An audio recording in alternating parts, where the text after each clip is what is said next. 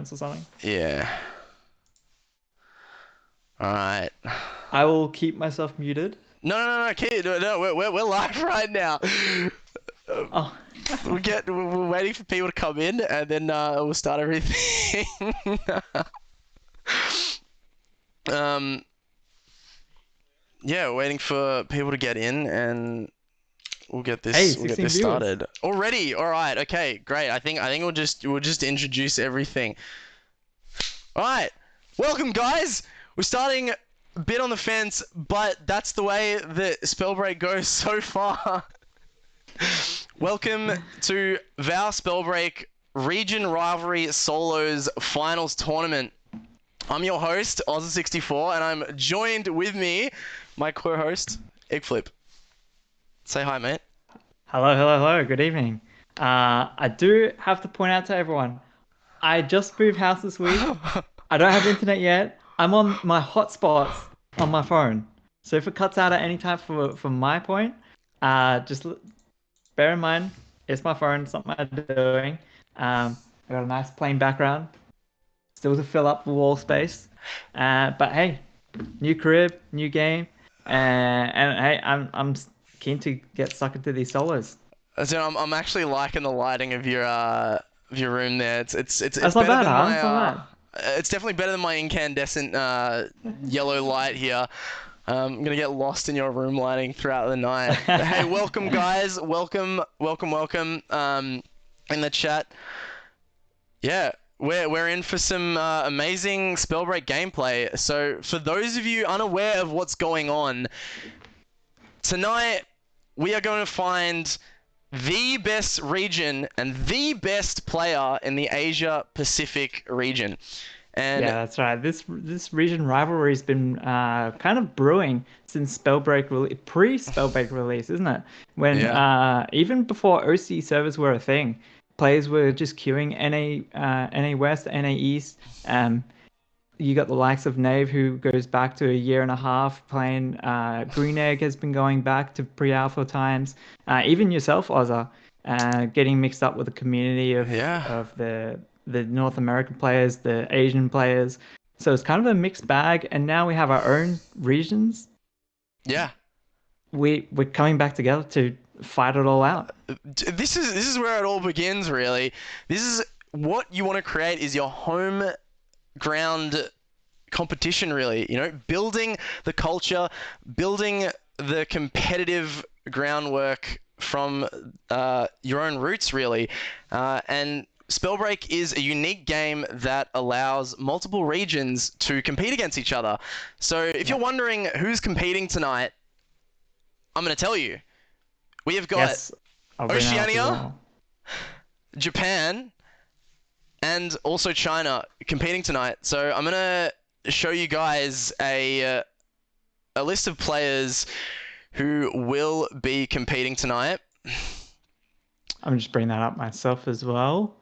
We don't Yeah, no have problem. a stream delay. So hey, No, we're gonna be actively reading chat. that's fine. Send us some questions.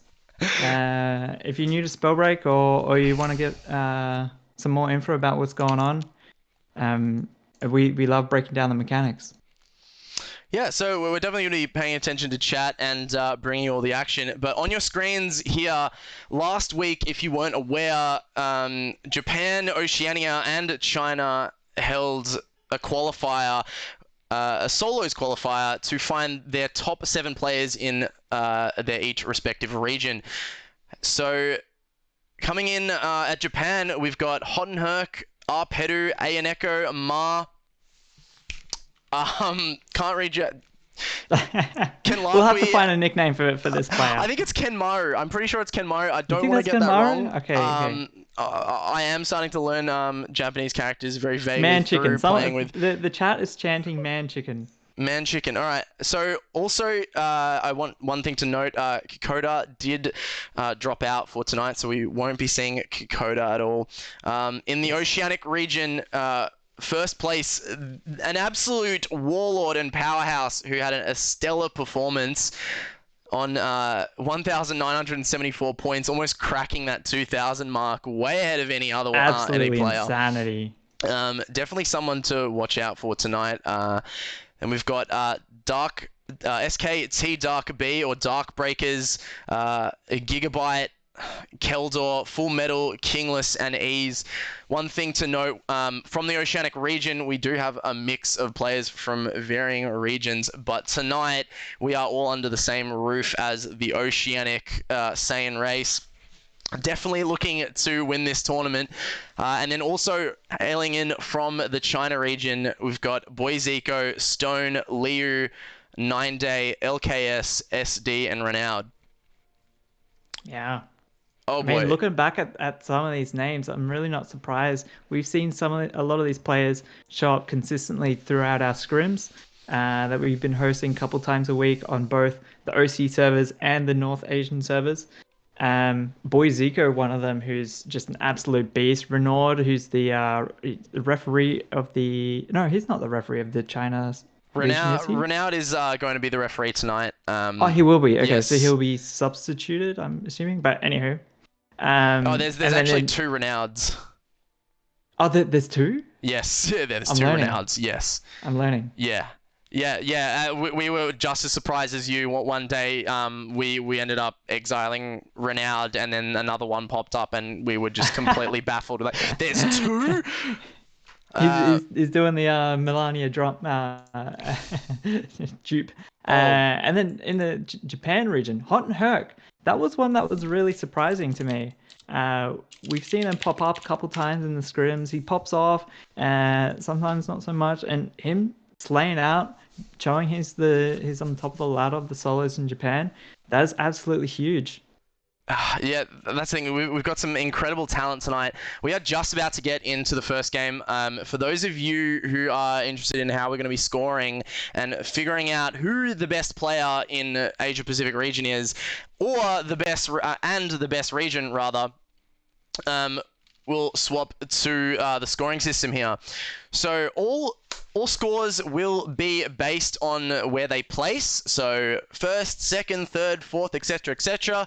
How much damage they do, and then also the amount of exiles they get. So exiles are referred to as frags or kills or downs. So exiles is the spellbreak version of beating an opponent, taking their hit points down to 0. So first place will net you 135 points, and then going down progressively, each exile will be 15 points, and each damage point that you get will net you 0.1 points. So there is a bit of mixture of, playing for placement or going in ham and fighting heavily as much as possible, things like that. Yeah, and if you find the format here tonight is a little bit confusing, you'll pick it up over the first game or so.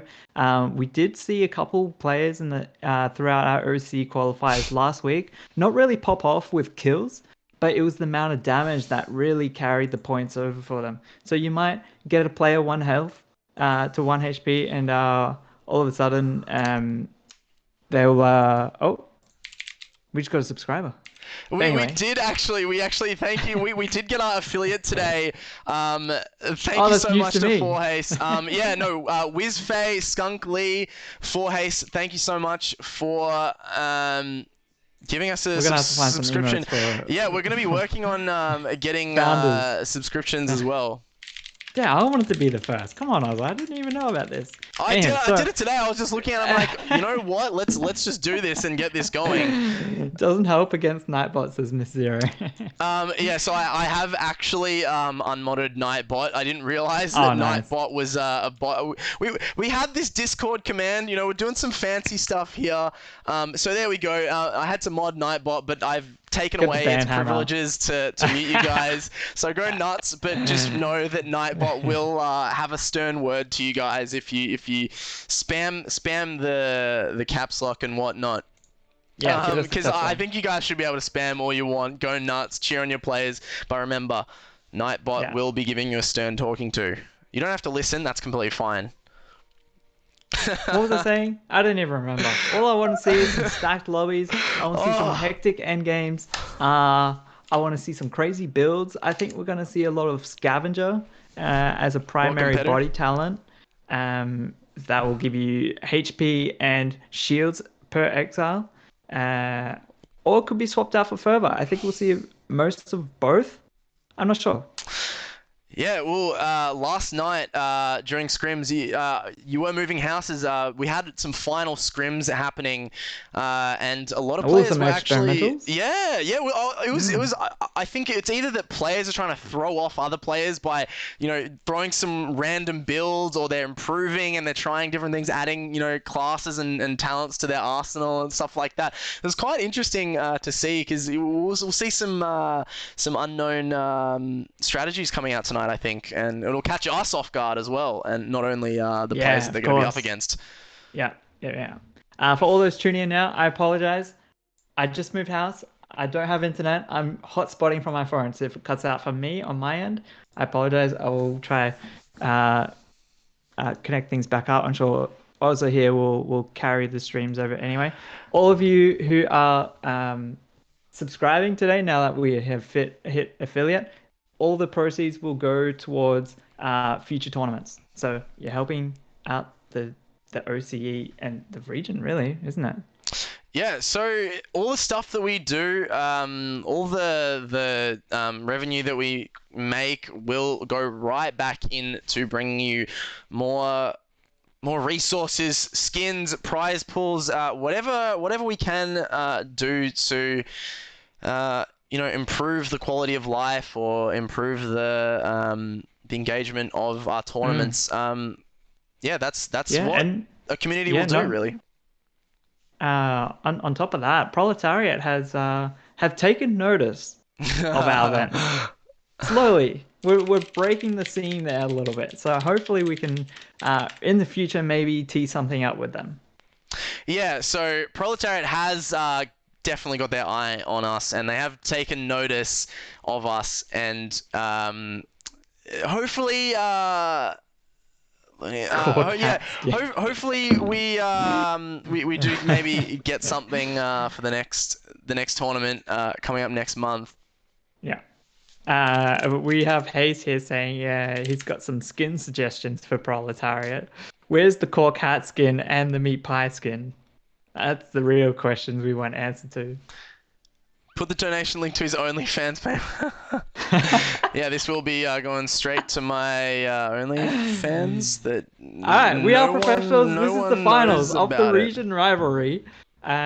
We do not have the intro vid for you guys today, but that's okay. We we do have a prize though. We have a crowd-funded prize pool of $100. So I believe it will be top three. It will be split between the top three players. Is that right, Oza? So yeah, the $100 crowdfunded prize pool will be split between the top three players here. So it's a percentage of each, so $100 each. But hopefully one day we can do that. But yeah, the Mhm. $100 will be split on varying percentages for first, second, and third. So a much higher Mhm. percentage for first, and then goes progressively lower. Yeah. So, And yeah, no, go, sorry. continue. Uh, Please continue. on I've top got of some. that, what to expect from the show tonight will be we're having 5 games, all hosted on the NA East. No, sorry, NA Asia servers. Um, and that'll be we'll have about 5 minute break in between each game, just for all our players to submit their screenshots, their scores, which means their exiles, damage, as well as placement. And we'll have people, a team behind us, uh, calculating all the results as we go. So while we won't be seeing the scores live on board between games, they'll be calculated shadowly behind us. And hey, that's kind of fun. We can kind of play around with who we think right now is on top and call how close it is until the very end. Yeah, so we have to wait until the very end before we get to see who is winning the egg flip. We've got some very good news for you, mate. Hmm. I like good news. We, right now, are going into our first match, and it's starting in 10 seconds right now. So, in about 10 seconds, I'm about to transition into the game, and we're going to get our first match underway, mate. Let's do it. Oh my god! We're gonna find Casters Rock. We are going to find Casters Rock. Alright, here we go. So, for those of you unaware of what this is right now, this is the way that we get in to spectate the game. We exile ourselves right off the bat. Uh, as the technology just isn't there yet for super spectating and calculating things in game through the client itself. As you see, a lot of people will be getting exiled in the top left. We have a team of referees, tournament hosts to monitor the games, and of course, the lovely casters to bring you the action. So here we are, Flip. I'm getting like goosebumps right now, and butterflies. This is the first match of the Region Rivalry tournament right now. Yeah, I don't know what to Oh expect. I my can't call it god. first game. How I do don't know you? if anyone's gonna pop off or if people are gonna be playing a lot more passively. I guess we'll soon find out. This is the first kind of tournament with the magnitude behind it, because it's not just your own performance on the line. The weight of the region is behind you on this one as well, because you are Hmm. not only playing for yourself, you are playing for the pride and bragging rights of your region. All right. I'm just getting confirmation now, and it does look like this is all good Nice. to All players go. are in, good pings. So it does work out that if any player does happen to have an unusually high ping or a player misses out, the whole lobby will back out, just so it's a fair playing field all around. We go seeing Gigabyte on Stone. He played that a lot during qualifier. Here we go, full Yeah, that metal. was an interesting one to see. Gigabyte playing with us in our qualifiers last weekend. He was playing with us on a 300 ping. Now he's on the North Asian servers. I believe his ping will be about 140, 150. So I think that'll be a huge benefit. He already did pop off and show us what he's made of during the qualifiers. So this is going to work out in his favor even more. Hot and Herc. Go. Look at this drop spot all the Yeah. way top right. This is northeastern area. So what you see the Kind of zone. interesting. Yeah, so he does have a nice drop spot here. It doesn't look like it is contested, so he will get some nice loot here. Hot and Herc, the best player on the Japan server, so looking to come out big here, get a nice loadout and come out swinging, really. Yeah. This is Oh, here we Kingless go. is find someone already. Kingless found someone getting hit by a frost shot. All of his armor getting shredded. A Oh, second one coming through. Kingless stopping for a split second there, dropping down to 50% HP as a frost shot almost clips him there, flying right past him. Another one does land, dropping down to 9 HP, a total of about almost just under 15 total hit points. One more tap will do it. Kingless trying to get an armor shard off here. Does have the runic fluency, so we'll be able to get a double cast of his rune here, rocking that epic spring step, but Tempest does come through, but Ma finds Kingless with the frost shot, taking Kingless out. yeah. Kingless did say in the Discord earlier today that he has had a high ping issue, an internet issue of his own. It's nothing to do with the game. It's something personal of his. So that's really unfortunate there. He just tried to back off. An interesting thing he did there in that disengagement was he threw a cloud down as he landed. So it just broke that line of sight. And especially if you got a frost player chasing you down, if they take that shot, they're just going to be freezing that cloud ball. So it's a good little defensive strategy. Yeah, it looks like Kingless was caught off guard there out in the open. Not too much to go against, and Ma just playing extremely well already. One exile on the first match, so Yeah, probably feeling very that's happy for huge. himself. Let's see, but yeah, Kingless, an OCE player going down, as well as Darkbreakers, another OCE player also going down to Stone, and boy, sorry, yeah, Stone there. I think that is the other Renowned. Mm-hmm. Kingless is joining us on the OC side. He's playing from the Philippines. Yeah, the Southeast Asia player, but I do want to clarify that doesn't matter where you're from, really. If you No. qualified in the Oceanic region, you are effectively an OCE representative, and you are wearing OCE on your sleeve for Yeah. this finals tournament. Yeah. An It's just cool to honorary. see. Yeah, yeah. I love these kinds of tournaments because it is not only just region locked, but it is open to anyone that wants to play and get involved. If you want to join our scrims, if you want to join our competitions or tournaments, events, or just watch or learn, you can come and do it. Yeah, that's it. Here we go. So we are down to 19 players. Gigabyte, one of the OCE players, playing Stone right now. Trying to win slam his opponent up in the air. His opponent is extremely low, but his opponent does manage to find a fireball there. Peru taking out Full Metal just on the backside there. Not sure if that was Full Metal and he just ran into Peru, and Gigabyte has decided to turn away now. Yeah, that's what it looks like. Just trying Reset to up. opt out. Oh, look at this little spot here. I'm learning every time. Now he did. Oh, and look at his skills. He's got Yeah, so it three was poison Peru. clouds, He's got 3 three poison clouds. tundras, and this is the work of the knowledge potion, ladies and gentlemen. The new item since 1.2 patch. It will give you +2 secondary spells as well as +2 to your current rune count, and it stacks. So, yeah, the Knowledge Potion is something that can sway the tide of battle, giving you, as we can see here, 3 casts of your ability, 3 casts of your rune, and 3 casts of your secondary ability as well. We do have a raid of 10 viewers. Thank you, Glizzy. Welcome, viewers. Welcome to our region rivalry of Japan, China, Thank and you. OCE. Thank you, thank you, This is thank game you. one. Welcome, everybody. You were just in the swing of things. From what I can tell so far, Eggflip, I think Japan actually might have the majority here going into the top 17. From what I think can you might be tell. right. Yeah.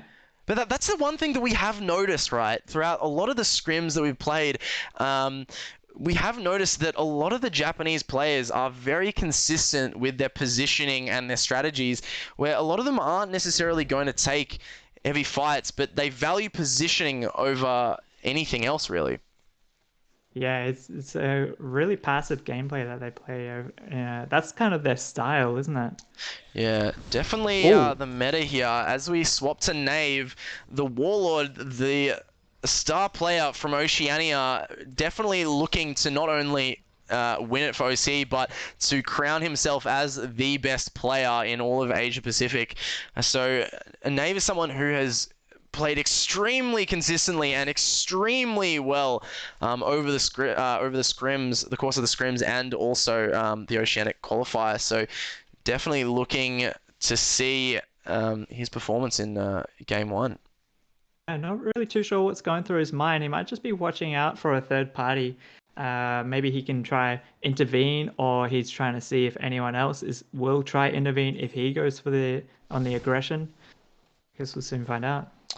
Yeah, so he is trying to assess the situation there because he did get hit by a frost shot there. This is finals. It changes people's Whoa. minds, or Yeah, like yeah, you're how right. how they approach the game. Because we can Yeah. see sorry, Mars Oh. just being hit with 2 frost shots here, taking heavy damage, trying to Kind of position against it. kind of his own medicine here for taking out who was that one else? Oh, Ma Kingless. It did was take out Kingless. Kingless, yes. Yeah, with the snipes too. Yeah, but Ma does get a reset off, finding an opponent up in the trees there on the slight downside of the mountain there. Looks like he does have a lightning and a fire gauntlet there as fireballs do fly past, but Ma getting clipped by the lightning strike, being absolutely shredded as 9day take him out with it was a third party. It was a 9day. third party. Yes, that wasn't even the player he was fighting. So 9day was actually Yeah, the it was person who was shooting him earlier. Yeah, you're right. So 9 day Still getting him. 14 players in this end game lobby. It's very stacked so far. A lot of passive plays. Yeah, we are going to see I think a very packed endgame lobby as well. 9 day in a very good position here, picking himself up 1 exile so far. Not going too close to the third-party fight, but does want to hold his position. Here we go, as we Ooh. see Nave Nate. taking out Zico. Yeah, that's huge. He's already got 2 kills on the board. 2 exiles. 4 players left to go. Oh, And look some at all the more. juicy loot. Ooh, legendary gear. There is a legendary frost on OCE. 100% he'd take that in a heartbeat. Yes. Let me tell you. But Yeah. Nave deciding to come out with the conduit class here. During the Oceanic qualifiers, Nave, I believe, played 3 different classes throughout the night.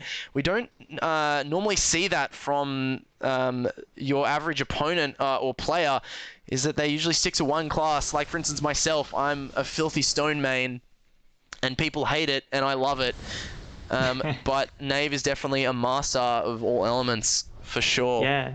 Something else to point out here is he's running Spellslinger not to use another gauntlet in his back pocket, is to have another rune. And he's been using this pretty consistently. He's got Dash ready to go with 2 charges, and he's got the teleport. And it doesn't matter about the rarity of his teleport. He just casts down a conduit spell, and then he's got another teleport ready to go. Here we go. This is Ken Maru here. If anyone can correct me, if you can correct me, I believe F7 is the team or clan from the Japan region called Float 7. Is in a fight here, playing Conduit. Does see an opponent shredding his armor almost completely there, but backing off, valuing his current position, but someone is hot on his tail, throwing fireballs left, right, and center, a few clipping, but he will get out relatively unscathed, but that doesn't mean no one is following him or chasing him. I think Nave was in the vicinity here. Here we go. Doesn't seem to be in too much trouble right now, but he is being targeted as fireballs are flying past him. We'll swap off. Yeah, absolute chaos at Fort Halcyon. You rarely ever see an end zone here, right in the center of the map. Oh my god. How rare is that? There's 10 players left, and there's 10 seconds before it goes into an even smaller zone, and then things are going to start to really heat up. 9 day does have a nice position here. Kuro, one of a Japanese player who were trying to qualify in OC, has actually managed to get in the game here today. Trying to play, I'm not sure who this player 21 is. He's a mysterious player, but another player, Stone. Yeah, this is one of our China players turning up. Yeah. Taking a position behind the castle tower here. Go as a lot of players are starting to find each other as this final zone is going to start to heat up. Egg flip predictions right now before everything erupts. I can't call it. You got Nave in the kill feed taking down a player. 2 players, in fact. No, Hot and Herc. I don't know, it's 480p. I can't tell what's going on here. Players are dropping. Here we go onto Gigabyte. The Stone Shaper. Rocks are flying, but he is taking heavy damage as Stone toxic slap to the face of Gigabyte, taking him out. One of the OCE players falling into 9th place. Stone is not done here in the zone. Tagging from the zone here, but might actually take a pot here. We'll swap off before he gets back in the action. Here we go. Pedu finding a nice frost snipe there. Almost taking out that opponent. That opponent will be hurting. Using this point to get some pots off. Nave does go down 6. Stone takes out Kuro. 4 players left all of a sudden, just like that.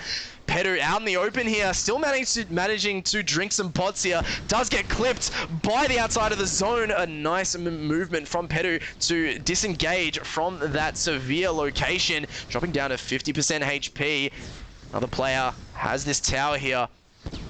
4 players left. Pedu right out in the open. Someone with an extremely slippery positioning, but Hot and Herc, for the #1 Japanese player, takes him out there.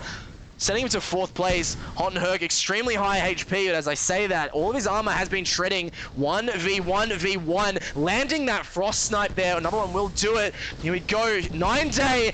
That Stone goes down. Just takes it. As Japan takes the first game with 2nd and 3rd going to China. I believe GG, that was guys. 6 kills on the board for Hot and Herc there in that end zone. He came in with 2 and came out with 6. Just cleaned up the end zone. Oh my god, that's... Oh, okay, cool. Hi, welcome back. And welcome... Wait, where's the... Hang on.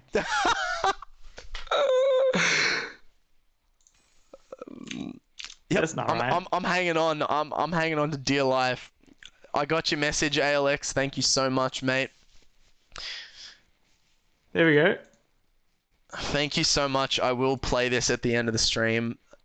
Definitely, we'll start to download it.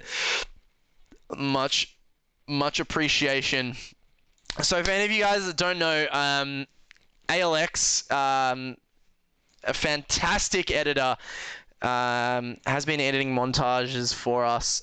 Check out our YouTube channel. Some of the highlights can be found there. Some of his work can be found there. We'll be uploading this video very shortly.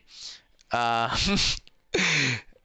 if you want to catch up on any highlights or any of the goings on with VOW Spellbreak and the Oceanic community and some of our players, you will find all of our content on that YouTube channel. But yeah, for now, thoughts on the first match? I'm surprised to see Hot and Herc just pop off there. We haven't seen too much of him in the scrims, so seeing him just really show up, take the win, take 6 kills and a whole lot of damage, that's gonna look really good for him on the board. No, do want to remind everyone that it is 5 games playing tonight, but only your top 4 will count. So at the end of 5 games, all the scores will be added together, and one of the games will be a throwaway.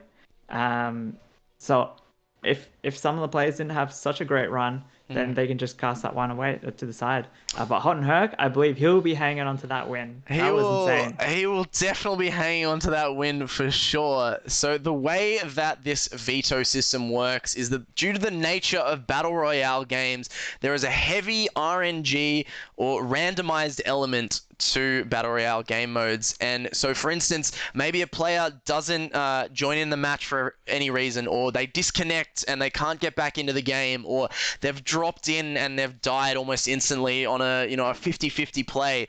So the veto system is in place to average out that randomized element. So we will be playing 5 matches, and 4 of the best scores will count towards the end result. So while all the results have been tallied, they're happening behind us by a team of our referees. So we're not actually going to see them until all 5 games are done. So in the meantime, we're just going to be making predictions as we go along. I think we can safely say that right now, Hot and Herc is sitting comfortably on top. But hey, you guys, we're going to be actively reading chat. Chant your favorite players. Ban the bees to help the ease. So I added Nightbot into day. I might actually I think I might be able to address that while we have a lull here. If you want to address that. Oh boy, why can I hear myself? Oh boy, why can I hear? All right, there we go. Great.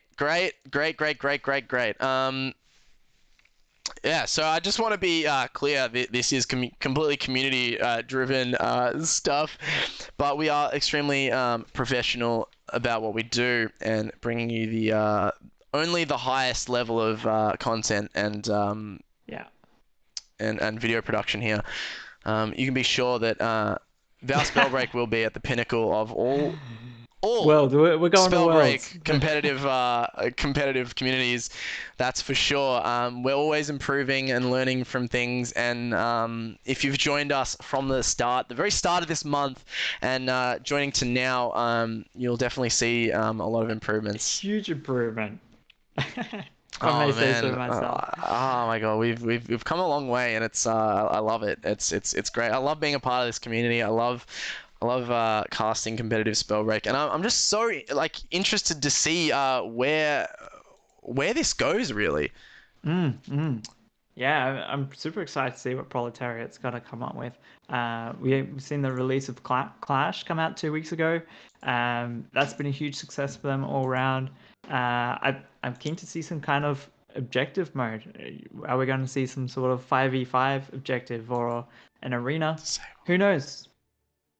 We don't know. I'm It's all disabling speculation. I'm disabling the heck out of this Nightbot right now. Uh, Excuse oh me 07 for one to Nightbot. second. All right, good night, Nightbot. Nightbot been All put to right, all night. right. Okay. Good night, Nightbot. Hopefully Nightbot will stop. Telling you guys to brush your teeth and go to bed on time and eat your vegetables and all that stuff. All right. The spam caps has been unleashed. The floodgates are open. So go nuts, chat, and Nightbot won't be out for blood at the moment. Anyway, so getting back on topic here, our referees are collecting screenshots, tallying results for the first match. But I do one thing I want to highlight is that to crown our top region tonight, we have to find the overall score of each qualifying player finalists representing each region. So the top 7 players of all Japanese players, top 7 Chinese players, top 7 OCE players will pool all their collective points, and we will find the best region in Asia Pacific. Yeah, that's Yeah, insane. And I honestly, think I'm that's something excited. else that's really exciting to point out is we have a couple players out of our region competing for our side. So we have two people who showed up for our qualifiers from the US. Actually, I'm mistaken. So we have Gigabyte, who's from US, and SK Dark, who's from Canada, I believe. A Really? Canadian player. Darkbreak Yeah, is yeah. okay. Cool. Good to Yeah, Dark know. Race is from Canada. I might be wrong, so if someone in chat can confirm if they know who he is. And we have I Kingless from Philippines. Pretty cool. I can like the thing that's just so unique to me about Spellbreak is it Gigabyte. not only is it just the interesting combat system and the mechanics and just the fresh take, just how Spellbreak just stands out from all other games right now, in my opinion. But that's the wrong button.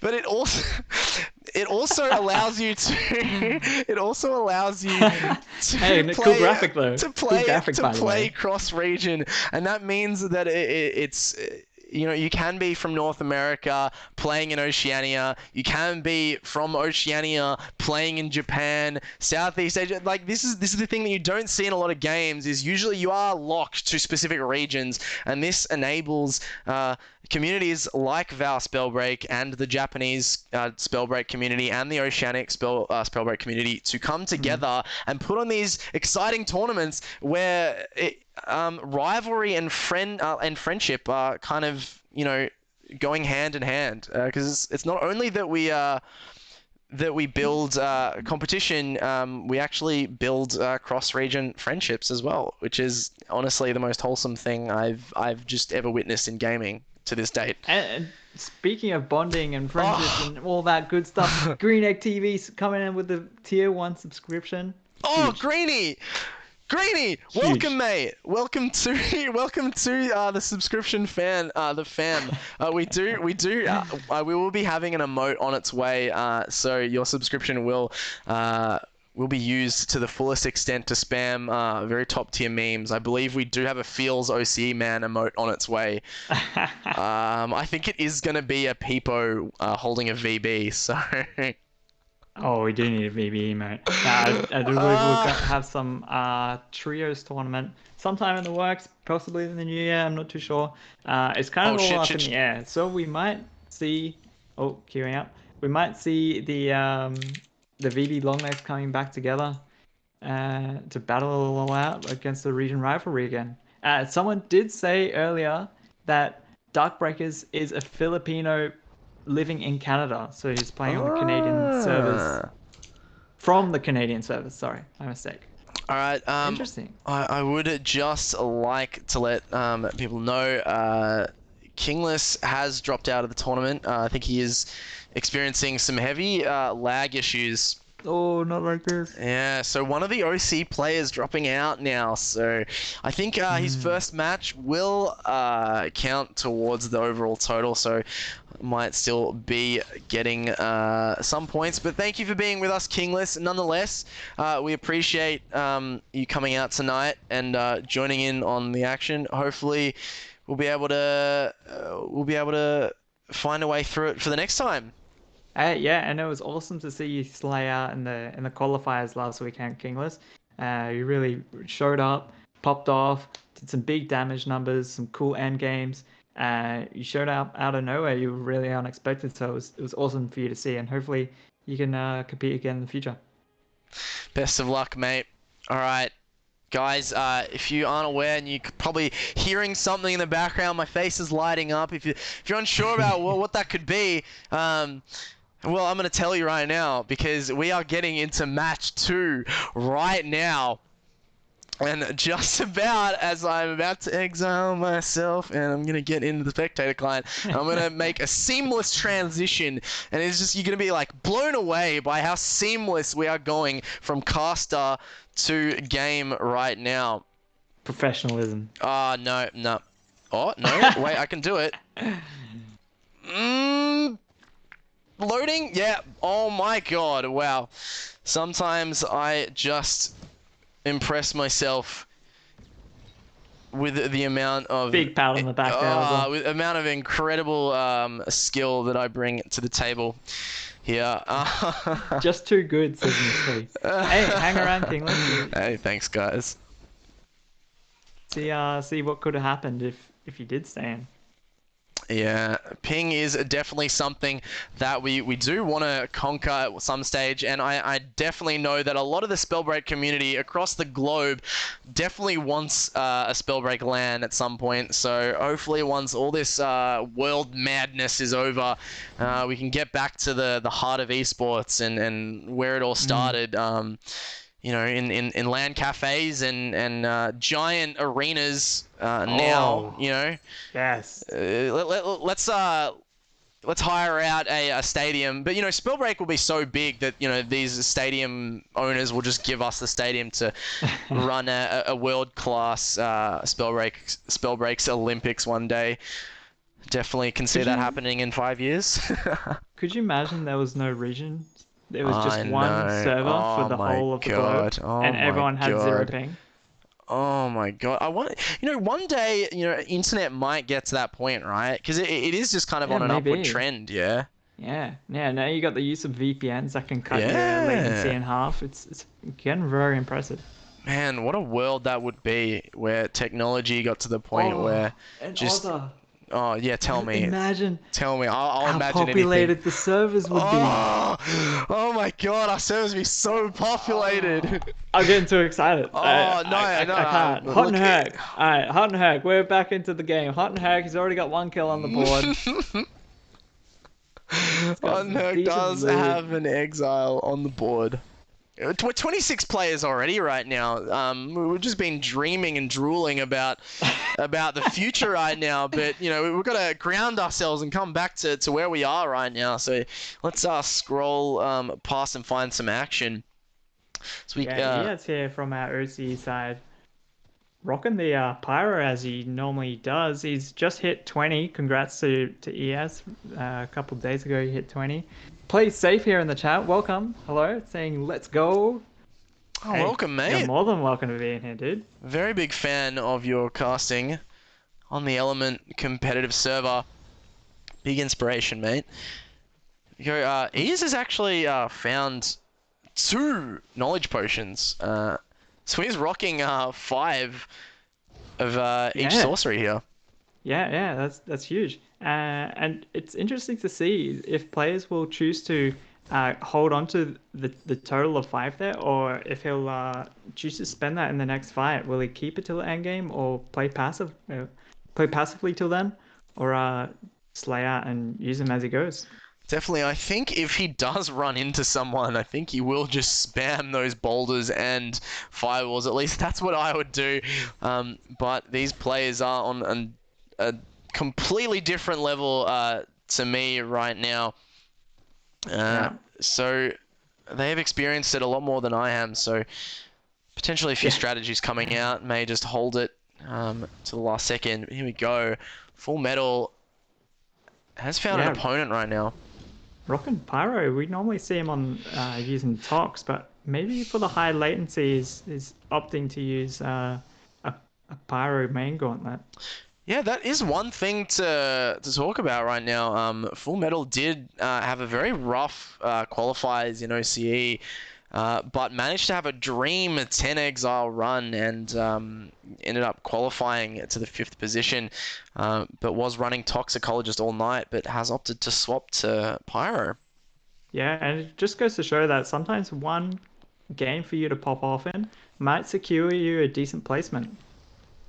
Yeah, definitely. I think that is the nature about these solo tournaments is that it's not that you need to perform every single match. You can have one outstanding match that will just skyrocket you into Mhm. the top echelon of the finals. But the thing is that qualifying is top 7 players, but in this scenario, a finals situation, I guess it's more that you want every single game to be as good as possible because there is no bracket here anymore. There's no saving mechanic.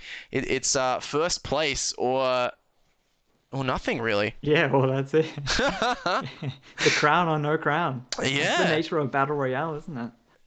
But I guess as a secondary objective, each player does want to play for their respective region because for me, a caster, and the viewers at home, especially the ones chanting OCE, I definitely know that we want all of our OCE players to just come in the top 7 every single game. So OCE takes out the Region Rivalry tournament for this month.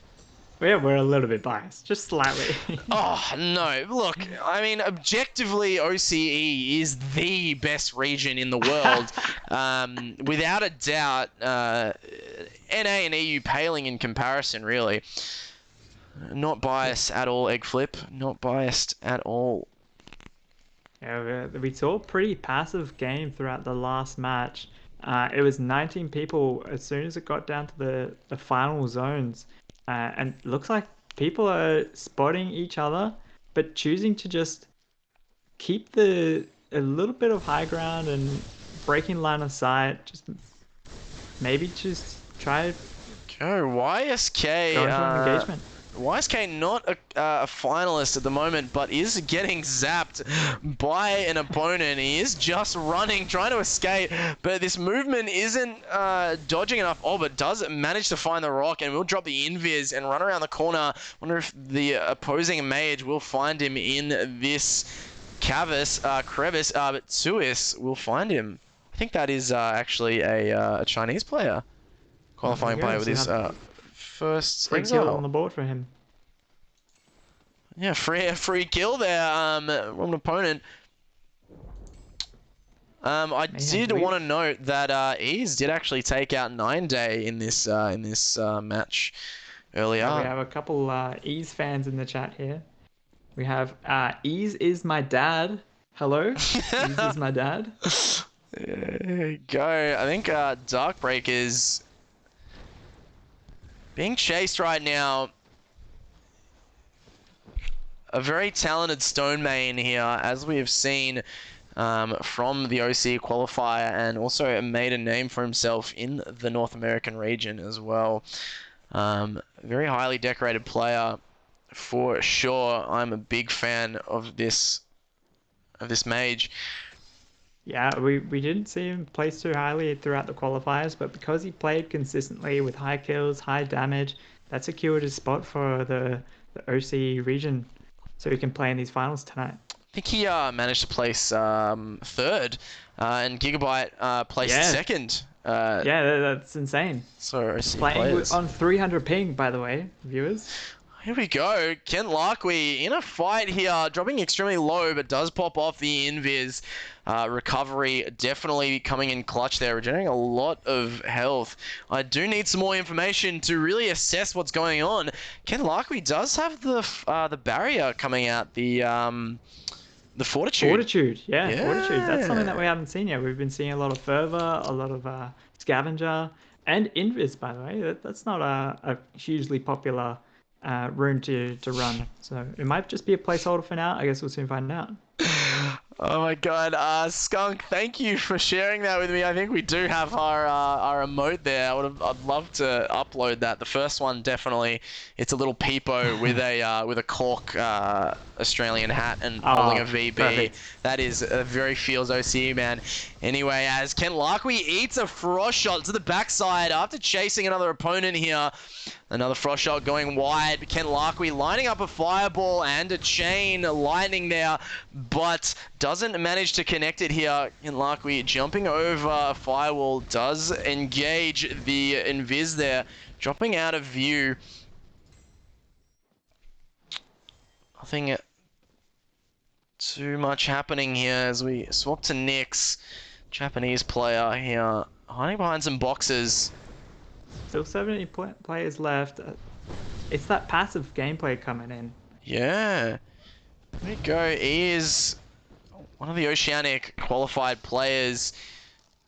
An absolute pyro menace and a pyro main. Very talented player. Drops a lot of montages as well. So definitely a montage farmer and a clip farmer. So very stylish player. Hopefully we do get to catch a fight here. He was trying to fight someone over the river there, the burnt out river, but player on his backside is starting to attack him, so he's just trying to position around here. Yeah, he's also a chat farmer. A lot of Ease fans here in the chat. Hey, spam away. We love to see Spam, it. spam all those ease emotes right now. Oh no, wait, it doesn't have ease emotes. Ease needs to get some emotes right this instant. I need to see those bees to help ease. Pedu, a cultural thing that I do want to. Oh no, wait. Potentially, he is engaging. Pedu dropping the toxic cloud. Double shadow step coming out. A lot of gap close here. Trying to assess the situation. Looking for an opponent, but doesn't take too much right now. As we saw to some action going in, Keldor, the 4th place player, rocking at Toxicologist, was a Frostborn player, but swapping to Toxicologist for this game. Yeah, we've seen him do that in the qualifiers. He kind of swapped between the two. He always used the ladder as the offhand. So if he's running Frostborn as the main, he'll choose to have the Tox offhand, and vice versa. So and he's running the Fervor as his body talent. So something that we have seen pretty consistently from him too. Keldor lining up a few shots. The flame wall does come through. Level 4 right now as the opponent flights into the range of Keldor, taking a slap to the face. He is against a Stone Shaper. Stone Shaper will find a shockwave onto Keldor, stripping him of all the armor here. Shadow Step coming through. I think this is a third party right now as more mages are converging on this area. Keldor without any armor and any way to engage, but a frost shot and a huge dragonfire coming from Ease, taking out Keldor. OC player exiling another OC player. Let's load so we can see what's happening. Ease. Beautiful dragonfire there. I wonder if that was Ease who lined up the shot and then the dragonfire, because it looked like Keldor put down a Toxic Cloud so he could use Vanishing Mist as his level 2. Oh, a huge dragonfire and a boulder. Sorry about that, Eggfleet. But Ease has just clapped some huge damage going in, taking out SD. An absolute fearless pyromancer right now. Just missing the Firefly. That could be disastrous for him. Eating a boulder now. Positioning around, but in the open as fireballs are going through. A dash with 1 HP and a dream for the Oceanic qualifying player, still alive, dashing through his flame wall and fire flying up as a frost shot goes wide. 1 HP, holding on to life right now as he is still fighting, potentially finding Pedu. Pedu going into Invis, losing his opponent, still on 1 HP, clutching onto dear life right now. The Firefly coming through in the air. Anything will not knock him over as a boulder comes through. Ease still managing to fight back, dropping a consumable. Oh my god, back is against the wall, finding his firewall there after dropping a few health pots, getting back some of that health, dropping that boulder. I'm not sure if he found his opponent there, but all of a sudden, just like that, 5 players left. No! Ease! Oh, After that! the zone No! just tipped him away. It must have been lag! It looks like he just lags out. Oh! Tragic! Absolutely tragic! Lag! Gamer's worst enemy as we come to Gigabyte, meeting a toxicologist there, eating a slap to the face. But the recovery will come in clutch, as a Gigabyte is hovering up in the air right now, using that flight, a Stone Shaper strategy, throwing double boulders, missing both, but his flight rune has come back on cooldown here. So it is Ken Larkwe with the Invis rune, trying to search for his opponent here. It doesn't look like anyone's in trouble here. Pedu holding a position here as Darkbreakers does seem... Oh no, sorry, not Darkbreakers. Gigabyte does seem to have the play here as Ken Larkwe and Pedu are taking each different side here, not fighting too much as a lightning shot does come through. Gigabyte getting exiled by the zone, that lightning strike taking him out. So it is 1v1, 2 Japan players taking it out. OC finishing 3rd place in this match. Ken Larkwe versus Pedu here. A 1v1 we've seen countless times as the Dragonfire erupts. This circle is so low. Pedu finding outside of the zone as well as Ken Larkwe takes the second match. That obelisk of a tree. What just happened in that end zone? That was the craziest end I've seen for a long time. So many people... These end games are insane. We saw Fort Halcyon in the first game, and then a tree in the second game. 2 players there died to the storm. That storm is deadly in the ends there. It does the 32 tick. It doesn't matter if you popped off a health pot or not. That's just gonna take you down like it's nothing. Hey, chuck your cam back on, please. Thank you. Here we go. We're back. What is this? What is this copy pasta? Yo, Ozza, I need a selfie of you with your shoulders, neck, head showing.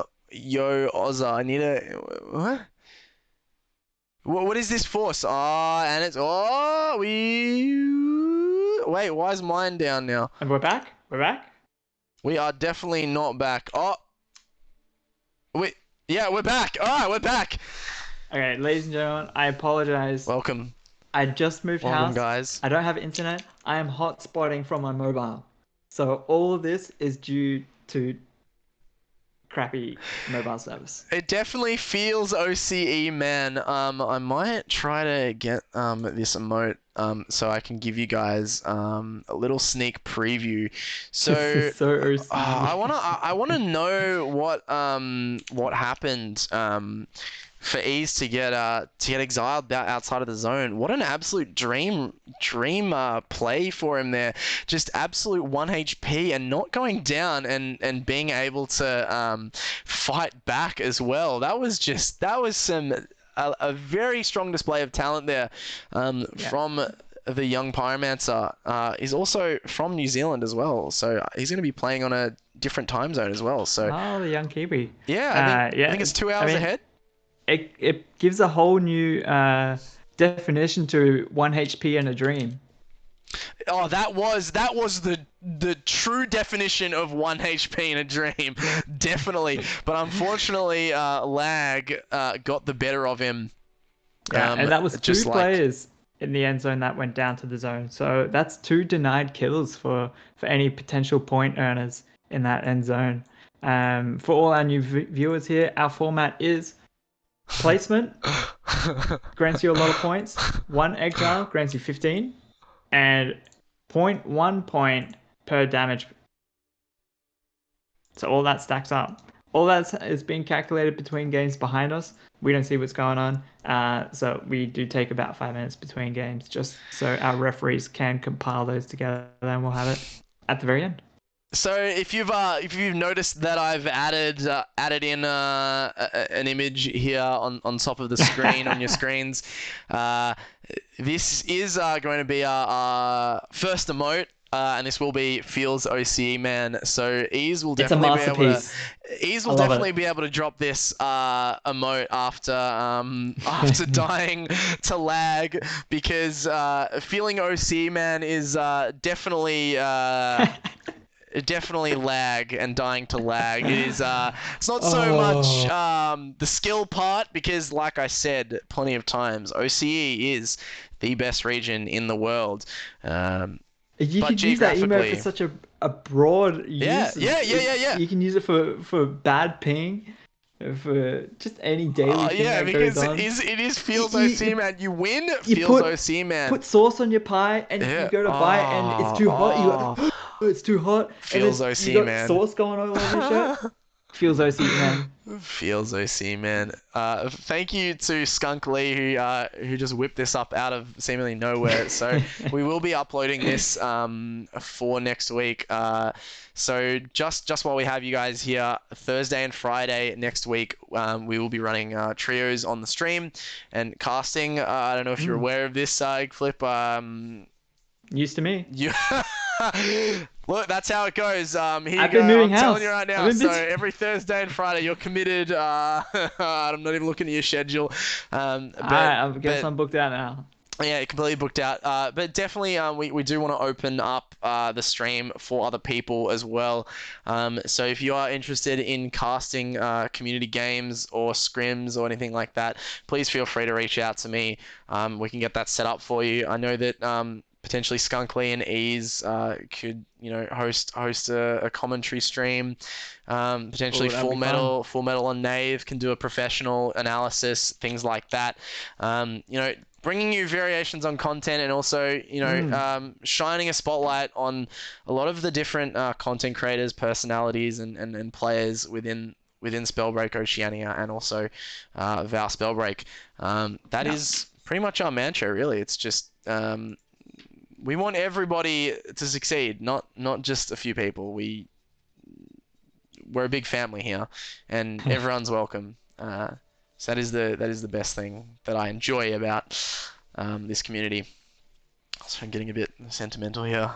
I'm Um, getting a little bit emotional. I always bring out the sentiments. There's just so many good things. Speaking of sentimental, Yeah. that end game though, Oh.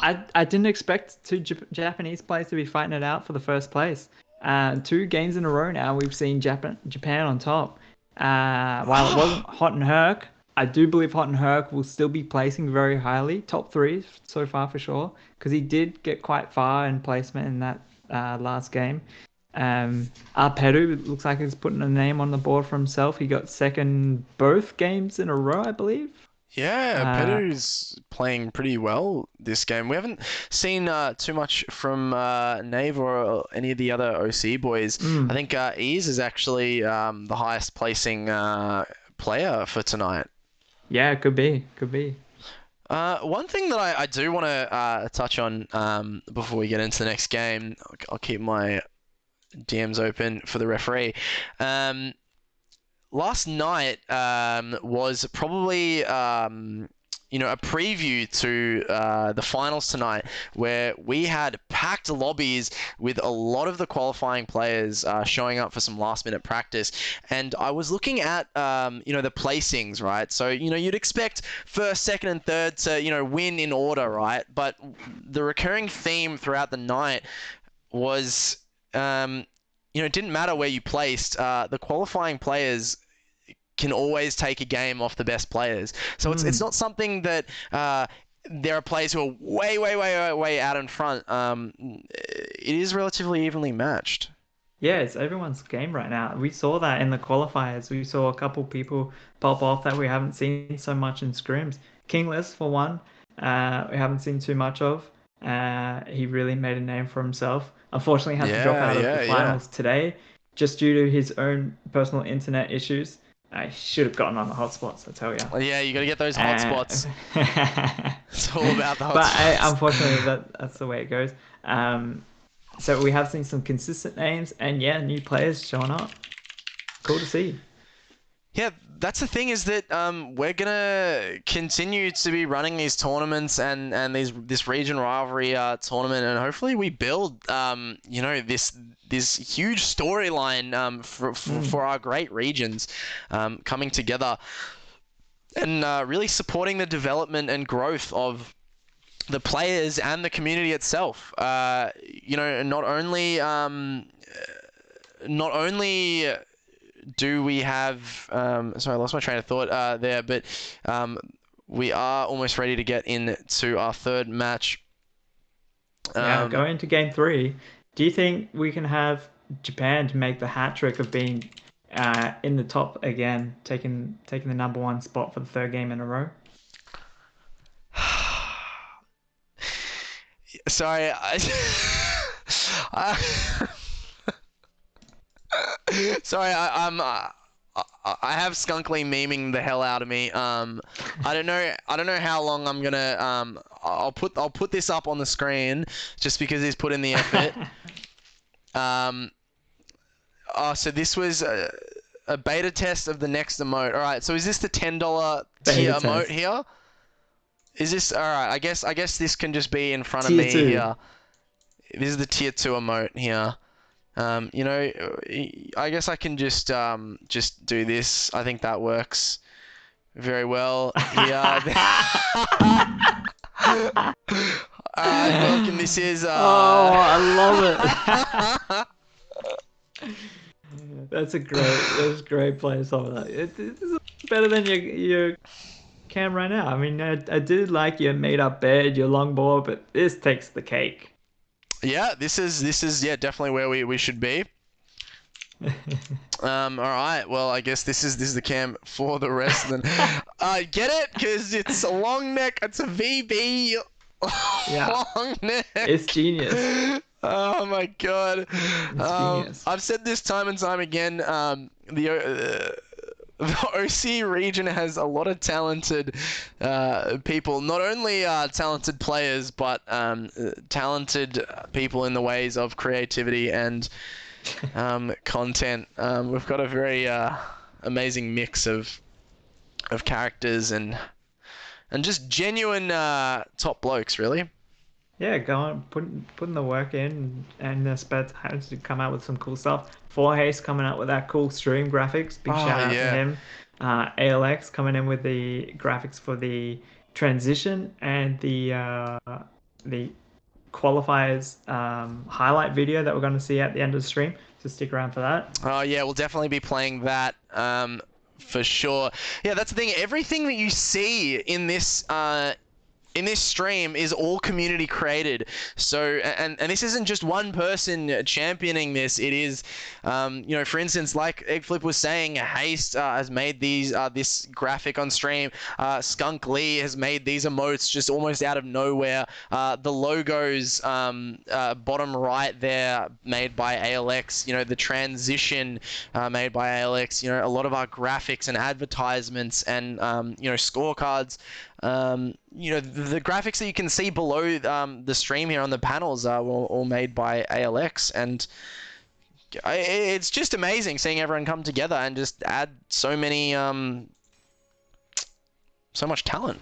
And not only community creations, but also community crowdfunding. We have $100 prize pool for tonight as a community crowdfunded pool. And who knows what will happen in the future. All your subs that have come in today will go into uh, future events. So it's all going towards that. Thunderson, where can we see the scores? Scores will be at the end. Ozra and I don't even know the scores. They're Yeah, I don't even being know. calculated shadowly behind us by our referee team. It will be a big reveal. Actually, this is what will It'll be a happen, big right? reveal. This is what will happen, right? And I've just made this up. We do have a montage ready that we were going to play at the start, but due to uploads, couldn't premiere it to begin with, but while we are waiting for the calculations, we do have content to watch. So that's actually going to be really nice because it's going to keep everyone engaged and see given a feel for what's to come and how far we've come really. And by the time we've finished that that montage, we'll have our results. Yeah, super exciting. So egg flip, here we are, game 3 right now. We're already well underway. 28 players remain. Nave has taken out SD already. Darkbreaker taking out a bot. All the bots are going down. Ma taking down E-Boy from TikTok. Taking out those TikTok E-Boys as dastardly players. But Full Metal has actually found himself in a fight here at Halcyon, landing 2 amazing fireballs and will take out Renowned almost instantly, going for that scroll there. Rocking the scavenging talent. So scavenging will give you a big boost of HP and armor every time you get an exile. Perfect talent for a solos tournament like this. Yeah, I think he just had a quick little look at the loot, see what he can upgrade, take a couple pots off the floor before disengaging. The scroll is just not worth tanking a snipe shot for. He did take Just a little bit of easy damage. disengagement. Oh, Ken Larkway here back with Fortitude. That's an interesting talent to choose. Yeah, so it looks like the tournament meta for tonight potentially will be Runic Fluency, Scavenger, and Recovery. Yeah, Recovery is really taken over Thirsty, I feel like, for a lot of builds. And Scavenger as well. We used to see mostly Fervor taking its place before the last big content patch. Whoa! What just happened? Holy! Hot and Herc, he was just standing still, almost AFK, jumps up onto the roof and just nails Takato there. What? Just threw that. Almost made it look like it was nothing. Almost doesn't even bat an eye there. That was what? Here we go. Almost another one. Oh. Hot and Herc landing another accurate frost shot. Yeah, what is it? This guy is an absolute menace to this game right now. We go, landing a fireball on his opponent. Another one coming through. Frost shot does miss. Crazy to think that this player could miss. He is the best player in Japan after all. But both majors will be trading fireballs here. Both have the exact same skin. There is a fracture near here, so they could be in danger of falling down here. But this mage will be floating away, potentially having the dexterity talent here, which allows you to float and float in the air for longer. Hot and Herc chasing with the dash. More fireballs are going. Ooh. And he gets the kill. He actually does get the kill credit as the player falls off the map. What is going on right now? I think this player just said, I'm not even going to face this guy. He's hitting all his shots. I'm just going to make it easy. Does get the kill credit, Hot and Herc. 2 exiles, 20 players left. We go Ma. Very nice Tempest tech there. Using the tornado and the dash in sync to create a lot of momentum. Something very unique to the Tempest class. As you see it again, look at that. Beautiful shot coming out from Ma, the Tempest player. Another beautiful snipe. One more will do it. Does he find it? He does find it on players. Oh my god. Jesus, the aim on these Japanese players tonight. Holy shit. And that guy was invis as well. Holy shit, mate. Here I was about to talk about Gauntlet Tech, and he's just showing up with 3 frost shots in a row. I mean, it's tingling feelings to hit 1 frost shot, and then the second one to follow up with, and third. That was one thing. Yeah, go. Insane. One thing I do want to point out with before he showed off to us, he knew that he was on the stream, so he had to hit all 3 snipes. Was his opponent was on a frost trail. Oh, now we see Nave here. Oh my god. Coming in crossfire. I'm still baffled. Like he just nailed all those shots. I'm still thinking about Ma there. That was my god. Anyway, back to reality. Yeah, So go on. while his opponent was on a frost trail, Ma did throw a couple temper slaps at the floor on the frost trail just to make Mm. an ice cloud. So that is going to freeze his opponent while he's on his own track. Here we go, Nave, the number one player in Oceania, the number one qualifying player, finds himself on a mountain right now, playing the conduit class, just trying to outclass his opponents with just sheer force and damage.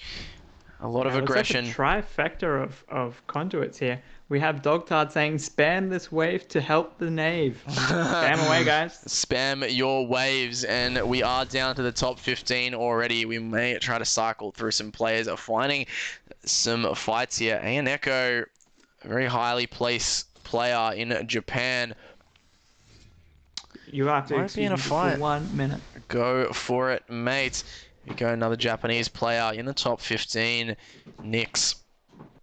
Incredible player. Was a part of the top team from the first trios tournament that we ran. Here we go, Nix landing the lightning strike, but the fortitude barrier will deny that tick of damage there, as the fortitude barrier does block one form of attack in a 30-second cooldown. Nix does opt to go into the zone.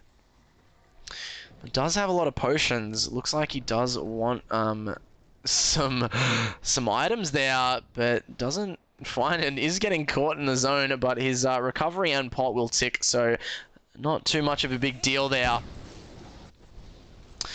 We'll swap off to see if I can find any more fights happening, as Eliu lands a massive boulder. We do come in to Ruby Grove, a very nice and interesting environment here. There's a red tinge here, but Liu going extremely aggressive, landing a few fireballs, but his opponent does have the teleport rune and will teleport under this bridge. Here we go, Liu throwing a boulder, does miss. A flurry of fireballs will come through. One does connect, dropping his opponent to about 70% HP. Another 10 teleport will come through, but all of a sudden, a third party has erupted as Eliu has a left and right opponents all of a sudden in a huge fight. Eliu keeping his cool, finding a place to get some armor up. Haven't missed too much, mate. We are in the action right here. Liu finding another mage here, landing a fireball. We go turning and trying to stop his opponent from chasing. There was a low opponent who has escaped here, but turning to fight his opponent as a stone shaper. You do not want to touch the ground. Liu with the spring step, an extremely good rune for stone shapers, giving you height and being able to crash down, landing another shockwave on his opponent, but there are plenty of mages in the vicinity here. So a lot of targets to choose from, a lot of positioning to consider. Liu landing a nice fireball, taking him down to half HP. We'll chase him in to the decrepit castle here, called Evangard Summit. I wonder I do what like this little wars. spot to fight. Yeah, I wonder what wars have been, what have happened here for the castle to become like this. Looks like fights will event in nothing for now. This is the first game we've seen where it's been 13 players in this size of a lobby. Usually it's been about 19, 20 at this point. So some players are dropping like flies here. Yeah, it does look like after the Still first very match. stacked, Yeah, nonetheless. after the first match, people have started to find their groove and warm up and feel a little more confident. Want to get some exiles. Not necessarily play for placement, but finding more damage in exiles. Yeah, we've seen in the past that even just one match where you really pop off, it can make a huge difference to your play, to your scoring and placement. Here we go. Darkbreaker finding an opponent, trying to get off a reset there, backing off into the zone. The zone isn't doing too much damage right now. He does have recovery, so can potentially afford to get off a bit of a reset here. But the zone will be ticking and will be putting a lot of pressure on Darkbreakers. But I think he will be safe as no one is chasing him, as we are down to the top 10 in match 3. We do have a few OCE players players in the top 10 as well, which is good to see. Darkbreakers and Gigabyte. Nave popping off on the scoreboard as well. Here we go, Kent Kent Luckery Luckery dropping a Dragonfire through a flame here, dropping another Firewall. Opponent preventing him from chasing. Yeah, Kent Luckery playing Pyro this game, which is an interesting take. Go. Ma, we saw create some exceptional plays before. We'll run under this archway. Doesn't take any damage. Beautiful positioning there. Runs back into the zone. Does get hit by the lightning strike. Might be in a bit of damage. Using the Tempest to position himself. Trying to dodge and juke out his opponent here. I think that could be Bot Kuro. Ma hugging this wall very well, trying not to give his opponent an opening. Does try to get up a pot, but does get lightning zapped, falling into the zone. A deadly scenario here, but Ma does keep his cool, getting up a few pots, but his opponent isn't done yet. Dropping the Tempest Tornado and getting some height there, using the Tempest Slaps to also get himself over that mountain, coupled with the dash. He might have a chance here at surviving. Does get a quick armor pot off. He doesn't have any more health pots left, so he does only have armor, but may have actually just disengaged his opponent. Yeah, well, it was a huge juke, just playing around the castle there, changing up his position. That was actually a really smart idea and great disengagement. Pulling his opponent into another player so you can get that third party in, and that way he can have a chance to just reset. There you go, 2 players in this castle tower right now. Nave engaging, but the upgraded lightning strike shattering Nave here, eating a lightning strike and also a fireball, but a beautiful shadow step into the castle window there through the archway. Will be able to get off a slight reset there. Drinking potions in the heat of battle here. Will get up to full HP as Dragonfires erupt around the area and the environment as all the players are coming out as one beautiful fireball will take out Nyx. More Dragonfires erupting, tagging Nave here, but Nave isn't done. Landing a fireball on his opponent there. Dropping the lightning strike, will try to collapse someone, but using that shadow step to his advantage. Trying to find pots, but doesn't find any pots. Darkbreakers finding Kent Luckery. Nave trying to drop into the tree, but doesn't quite make it. But finding an opponent taking out a lot of damage here, shredding his HP, dropping that lightning strike. Does find his opponent, but he finds a boulder as Lyu shockwaves Nave out of the game. That was a really unfortunate position. Load into Lyu taking out Darkbreak. Double kill coming out for the Chinese Stone Shaper as the Stone takes out Ma, and we are in a 1v1 situation just like that. 2 fireballs, 2 hit, and Lyu with another shockwave taking out Stone for the victory. Insane, he just popped up in that last game, getting so many damage tags, cleaning up Nave there as he was just trying to reposition, capitalize on that, and then the 1v1, he had the upper hand, he had the higher ground, he had the Stone ready to go. That was huge. Oh my god. When you're ready to... Are we live? Is that... We are live, yep. Oh no, it's not working. Wow, Stone absolutely popped off in the last zone there. I can't believe what an absolutely stellar performance coming out of the Chinese Stone Shaper there. Your webcam is there we go, and it is coming in, and there we are. Yeah. We are back. We have it. All right. So people tuning in, I apologize. I am on my hotspot. I just moved house, no internet. I'm doing this from my mobile. And that's what you call feels OC, man. Feels OC, man. So GG, third match has been completed. Wow, amazing. Yeah, is that a Chinese player, I believe? Yes, yeah. 3-lot Stone. Third game goes to China. 3-lot Stone. Wait, was it Stone that took him out?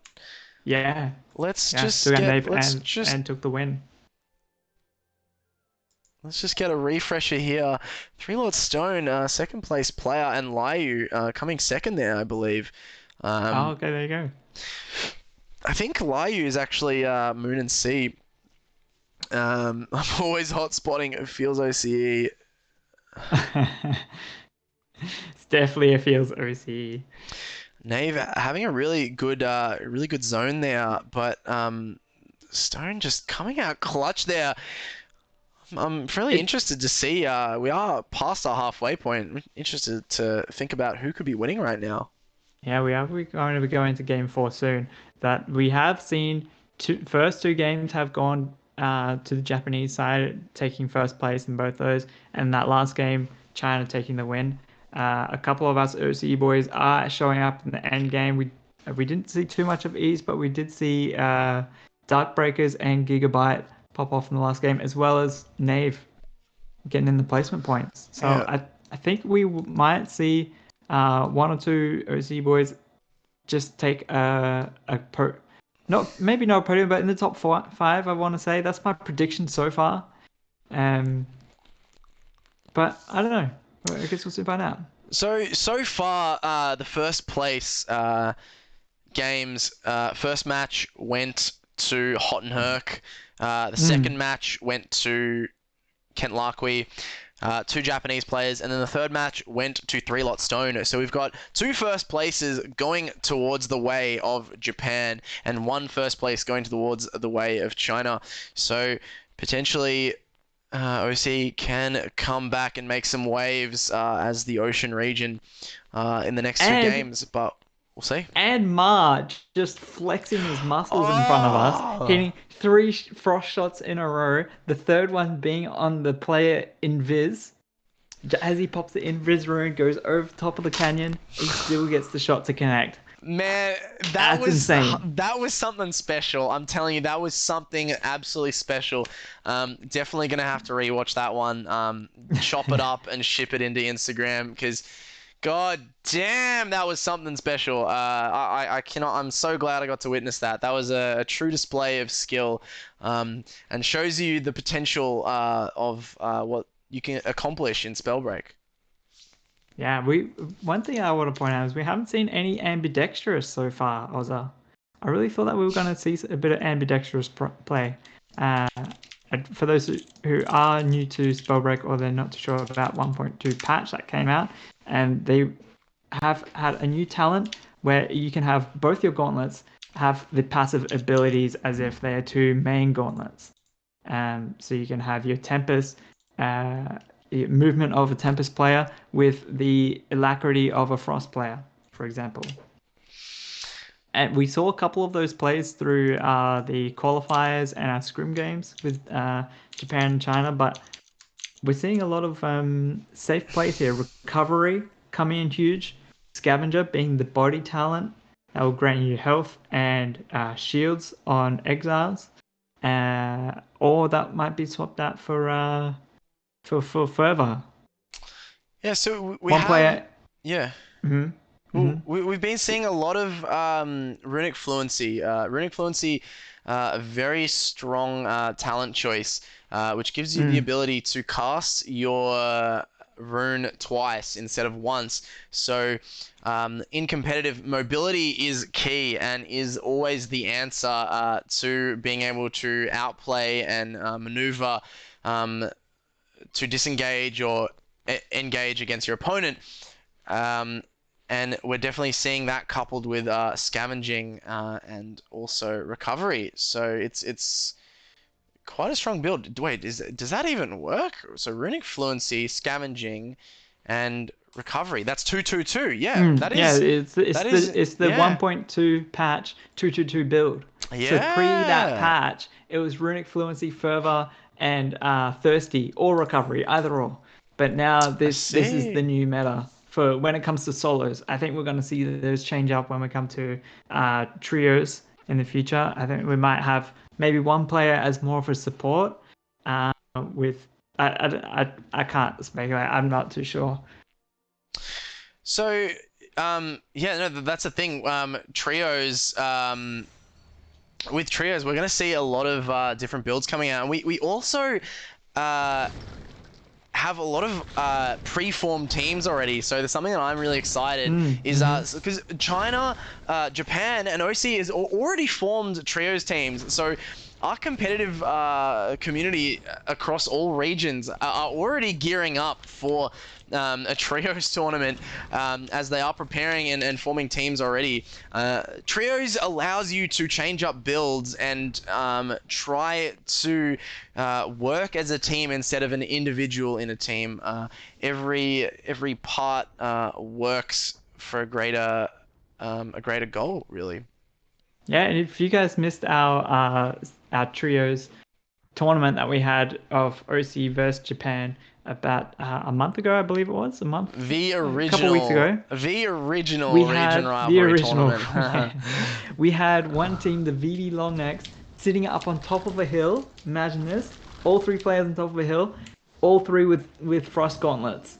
Just sniping Oh, down, picking up that was damage. something. That was insane. That. I mean, I'm already getting nostalgia, and it was like two months. Um, I want to see more of that. Yeah, so that's the thing is that we had three of OC's best players deep into the tournament, and we did see them just casting frost shots. And we had BR Smurf, Full Metal, and Knave, and they are arguably three of the best snipers Yeah, on the Oceanic server. And to have all three of them come together shooting frost arrows at you, that is that's oh devastating. man, I do not want to be caught in that fire. um but yeah, Speaking of Frost Gauntlets, though, we have seen Jen Keldor playing Frost Gauntlet a couple times throughout these matches. He is playing on OC from OCE, so he's playing on the North Asia servers. That's probably like an 80 ping if he's using the right VPN. So it's not too bad, but still game enough to use a Frost Gauntlet. That's very impressive. Yeah, no, changing up his playstyle from being a Frostborn player to the Toxicologist, but then still being able to run the Frost on the offhand. Because some players are set in their builds, really. So Mm-hmm. even if they have high ping, they just need to have that same consistency with their strategies Hmm. and their builds. Because varying from it without practice, it might hinder your performance rather than improve it. Because like anything that you do in this game, to play at a high level, you need to practice. Yeah, consistency is king. Key. We have 100%, mate. probably Yef in the chat here saying most is running Runic Fervor, Recklessness, or Escapist, right? We haven't seen any Recklessness yet, or Escapist, actually. I'd love to see it though. We did see Jen Keldor in the past. I think in the qualifiers, he was running Vigor, which will get you to 150 health if you have all three scrolls red, as well as Recklessness and using a belt. He still rocked a belt, Oh, that and we was a saw nice that build. come to play. Yeah. Especially Oh, also sorry, I in the didn't realize we were in qualifier. game. No, we are we are into I didn't game even four right realize. now. Yeah, we were just kind of getting into a nice build discussion. I'm always interested in build discussions. As a lot of stuff coming out is it's really interesting. But yeah, here we go. Liu coming out with the runic fluency, scavenging, recovery. Let's just swap through a bunch of players to see what they're bringing. Oh, this is another one of my favorite builds. A very fun Stone Shaper and heavy damage build. Also being able to be run on the likes of Pyromancer. We see Knave running this build on Conduit as well. But here, before we get into this could potentially be Keldor here fighting 9-Day, the Toxic and Frost player, landing a Frost shot, dropping down to 3% HP. Keldor outplaying 9-Day there. He heard us. He knew that we were talking about him. We knew that he knew we were spectating. He just wanted to show off there. It did. Keldor bringing us some absolute action throughout the qualifier and also the finals, showing up for his first exile of match 4. Is set for a very nice game. This game, hopefully, as OCE definitely needs to fight back if they want to stay in contention for taking out the Region Rivalry crown. Yeah, and here's that knowledge potion being sipped on from that player. He had 3 spells on each gauntlet, as well as 3 on his rune ready to go. Yeah, this is the Northeast server, Mr. Wadio. Yes, Northeast Asia. Yes. Or also known as the Japanese server or the Japan server. It is located in that region. Darkbreakers going down to LKS as well. We did see Ease running Ambidextrous as well. One of the few. Yeah, it's running it. And Spellslinger. Here we go, but Nave, an interesting build here, and also I think he brings this out in tournament games because we only see Nave taking this Spellslinger rune build in tournament games. During scrims, he likes to run something a bit more aggressive. You know, Nave landing a very well-placed firewall there as his opponent does get the teleport off. Nave does have a flight available as he is chasing with the Shadow Step. This could be Keldor here. I think so. 1v1, OCE 1v1 that we have seen plenty of times. Beautiful position on the rock here as the teleport does come out. Will Nave chase and try to capitalize on the kill? Using a beautiful combination of the conduit. Every time you use your sorcery, your rune will come off cooldown as he uses to gap close with the flight rune. Just in the range of potentially this is Keldor, but another cast of teleport will come out and Nave will stop chasing. Yeah, it's always a smart idea to disengage. If you don't overextend, in other words, Yeah. you will find yourself into a pickle. We have seen Nave running Spellslinger with the rune in his back pocket. That's super cool to see. It's a very rare build. You don't see that often. And he does like to have teleport there handy in his back pocket. So I do think he'll swap the flat rune for a teleport when he does come across it. There you go. The winner cool of last game, Stone, swapping to Pyrite now, eating a massive shockwave as LKS just makes short work of Stone there. Yeah, maybe he should have stuck to Stone. He just got cleaned up in milliseconds. LKS actually just taking out a double kill there before we swapped to Stone. He did take out an Echo there. Caught in the zone, but not too far away from safety, so probably won't have any issues. But look at this. Look at this egg flip. Look at his build. Yeah, he's using He's running Foresight. Foresight, yeah. This is interesting. So Call of Duty UAV. because we can see him running Foresight, it can predict the mana vaults and the next zone. So this is a very specific map placement here.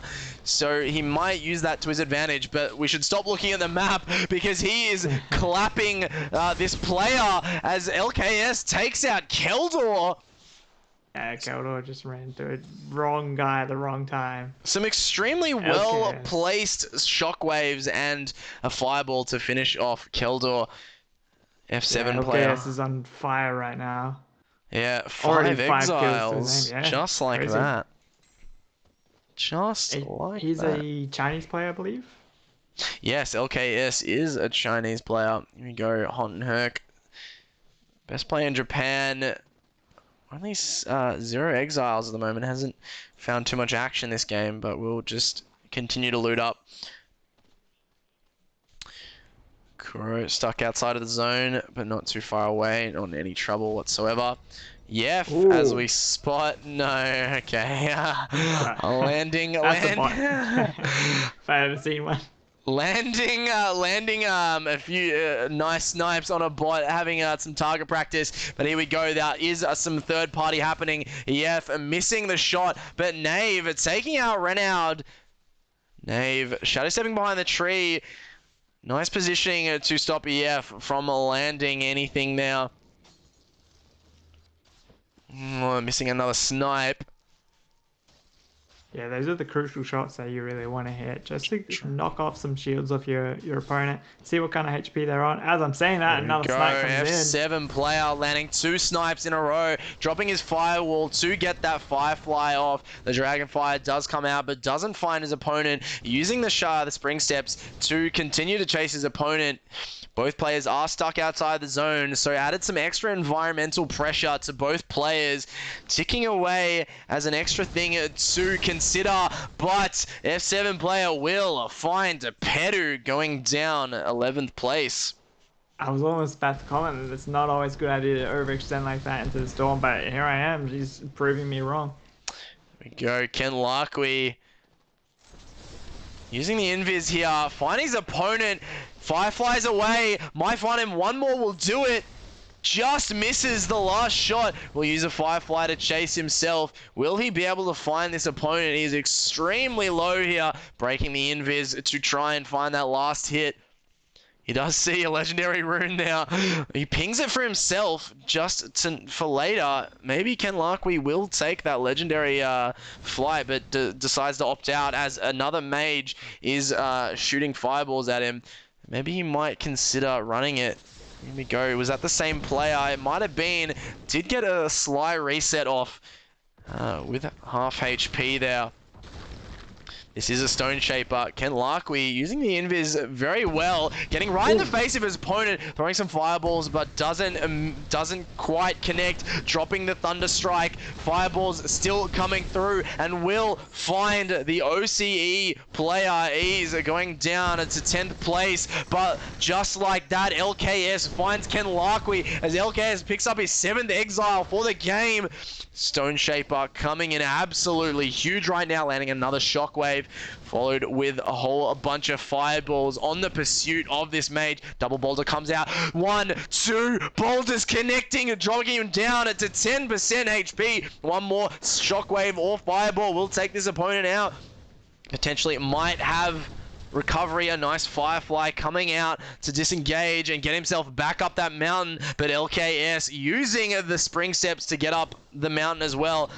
Both players with spring steps, another boulder coming through. Does that boulder? Does connect! One more fireball, not connecting as well. His opponent is extremely low right now. One more will do it. No, just missing, spring stepping over the firewall.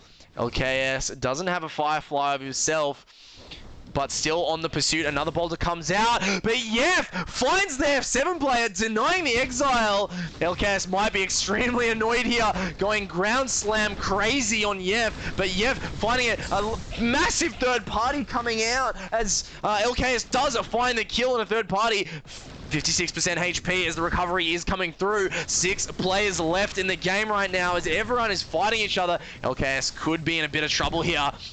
Fireball landing, 2 fireballs. That will do it. Nyx ends the 8 exile streak of LKS. LKS just went completely rage mode there and really punished his player for stealing his kill. I thought he was just going to go all the way and just not stop. But here we go. Nyx, the one to end the streak of LKS, dipping into the zone here with a legendary Shadow Step. So might actually use this time to get off a slight reset coming out of the zone. Might have actually juked out his opponent right here. Yeah, nice little nook cranny spot to but his opponent has found him. 2 fireballs will land back into the zone. Pressure's back onto Nyx. Can he get out of this situation? A boulder does connect. 30% HP. Recovery will be ticking, will be regenerating. A lot of Nyx's incoming damage there is at potential of being bursted, but the movement is going well, but his opponent will be on his tail, but Nyx fighting back. The legendary Shadow Step coming through, another fireball just going wide. A boulder trying to predict the movement of Nyx. The zone is creeping up. Stone slams are going down. Firewalls are everywhere. Fireballs are flying past his face. One connecting, and Nave will actually find Nyx while he's in the air.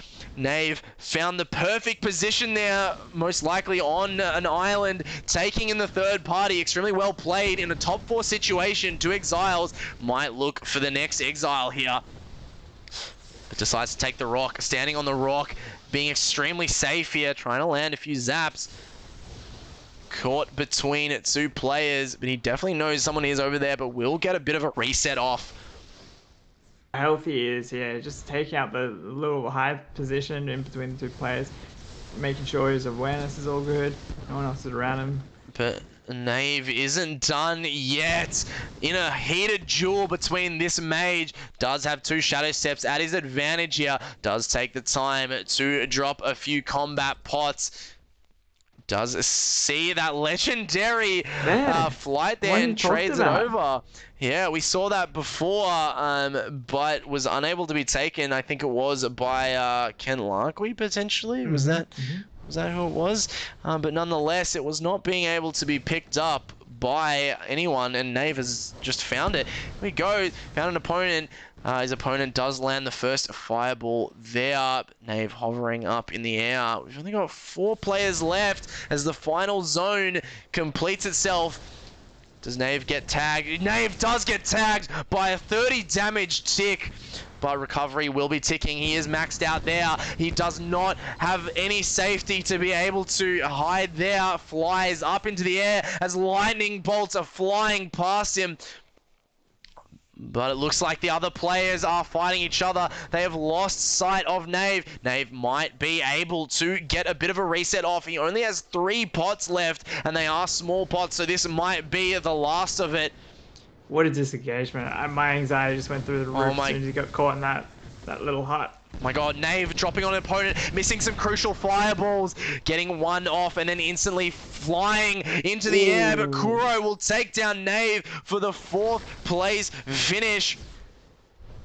Top 3 left, Kuro versus Ma. A bit bush strat. Versus Hot and Herc. This looks like a Japanese final zone once again. Hot and Herc taking out some damage. Onto Kuro over there. Lightning Strike disengages that mage's position on the rock there, preventing them from standing still. Hot and Herc just taking it slow and just watching the fight erupt as Kuro fights his opponent, almost getting down to the zone, but it looks like Hot and Herc is coming out of hiding. But Kuro finding his opponents, lighting them up. Each player doesn't know who to target right now, as Hot and Herc finds a fireball on Kuro and has the HP advantage, as his opponent only has slight HP. One more fireball will do it in the top 2 as the zone is coming through. The Tempest, one more will do it. He does drop a Tundra, staying extremely close to death here. Oh my god, Hot and Herc are trying to find it. It is definitely Hot and Herc's game to win here. One more will do it, trying to line up the fireball. Another one missing, but does go down to the zone all of a sudden, just like that. Hot and Herc could potentially be taken out here. Fireball, but finally lands the last fireball onto Ma. Holy dooly. I really thought that Tempest player was gonna take over there. Ma definitely held on for a long time now. Sorry, my mistake. Potentially trying to take the win there. GG, guys. This is the 4th match, and there will be 5 matches in total as we get the cams back in action. Am I back? Am I live? Yeah, you're back and you are live. Oh, I'm back. We're good. Yeah, I mean, we saw Hot and Herc there take out the... he came in with a third party, and he took out one player who was low, and we saw Scavenge just put his health up 50 and his shields up 50. So that was really big going into that final fight. If he didn't get that off, he would have died from the Tempest player. The Tempest player did well to stay off the floor, use his updrafts really well, take a couple pot shots with the Frost Gauntlet he had, and it was any man's game from that point on. So there have been some questions. If you can follow along the scoring, the way that we have set it up is that scoring is very private and hidden to give a bit of a surprise and some excitement throughout the tournament. We don't like spoiling results until everything is done and dusted. It's not that we're scuffed, it's that we are creating entertainment here. It and feels OC, man. it is feels OCE, but yeah, we are going to wait until the end, and there is one more match, and we will see the last match and the conclusion. So make Yeah. sure you stick around because we do have a montage ready to be premiered while the final results are tallied up. So we do have some entertainment for you guys while everyone is organizing the results. Because we do have 3 different regions of results coming through to us. We do have this crazy system of getting all the Chinese players screenshots in, and then also the Japan and Oceanic players as well, across 3 different languages as well. It's not just English. They Yeah, don't we know got all English. 3 ref. We got a Chinese ref, a Japanese ref, and an OC ref, and somehow we're finding a it's a base where we can all chat to each other. It's fantastic. The way we're all confused, it's just amazing. Why is he called Egg Flip? Why? Okay, Snowing Nan. Why are you Snowing called Nan. Egg If Flip? you go down to your local Coles, your local Woolies, your All right, 7-Eleven, your fucking corner Coles, store, mate. you will find a big N in Christmas time, and you will find the eggnog they call Egg Flip. Oh shit. And I just found I'm okay, so a little Yeah. bit backstory. I'm vegan, it doesn't matter. But I just find it freaking hilarious Controversial. that there's a drink called Egg Flip. And since 2014, my in-game names have been Egg Flip. We do Nice. have Dark Breakers saying, "Hype me up, boys." Hey, All Bam's right. Dark Breakers, guys. We haven't seen him pop off too much in these games. He is our Canadian player playing for OC Region. So, Dark Breakers, this is your moment to shine. Game 5, we want to see some gnarly plays. We want to see you in the top 5. We want to see you just pop off. All right, Dark Breakers, I'm going to hype the fuck up right now. Mate, you are the best Stone Shaper I've ever seen, and you're going to pop off in these Northeast Japan Region Rivalry Finals. There's 1 game left, and this is your chance to pop off with 10 plus exiles, massive 3,000, 4,000 damage, and you're going to knock everyone out of the park, and you are going to take it home for OC right now. This is your chance, mate. Let's go! Jorge says the origin story of Egg Let's Flip fucking is go! Egg. That's what I'm talking Egg is my about. middle name, and everyone used to make me do flips in school. That's a feel. It feels OC, man. All right. Okay, cool. All right, so here we go. Okay, so just give me a second. I'm gonna get a few things up on stream here. Oh boy. Just entertain So people while you're for doing a that, second. Thank you. cool little high level play there that I saw in that end game circle was it was Ken This is Luckery so who good. pinged the gold Oh the my God. legendary flight rune. And that's because you don't know what a rune is from a distance until you're about that 5 meter mark in front of a rune. You don't know what it is. So if you can spot a rune in the distance and you don't know what it is, just ping it. Even if you're solo, you're not going to be showing your other teammates. It's so you know. It shows to you that if it's worth the journey to make it over there or not. Okay, so 1 second. So we've Egg got flip a in the new diff. we've got a new emote here. So Ozza long Show us neck. the goods. So we've got Ozza long neck here, and then also another emote for you, Egg Flip, as well. Oh god. This Oh god. this is Egg Dip. Yes. Who knew that I loved hummus? And who knew that Yummus hummus is the best? Now, excuse me for 1 second. I'm gonna find you my Yummus hummus T-shirt. Are you ready? God, I fucking love you guys. I fucking love you guys, man. This is so good. This is so fucking good. Oh, long neck and neck dip. Oh.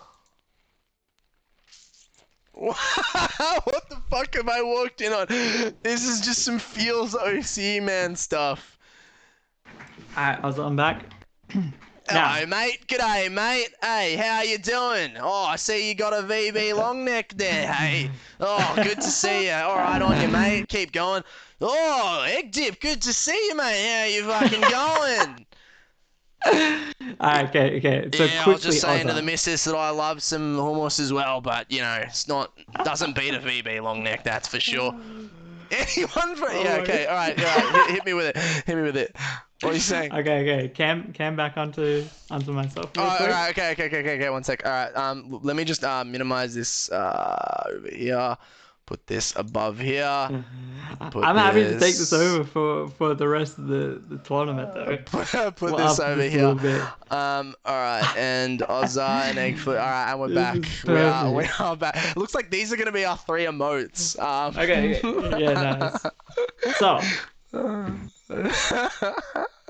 if you guys We didn't are know how much confused. I love Yama's hummus, now I have a t-shirt, okay? It has a Reaper, a Grim Reaper, and is eating Yama's hummus.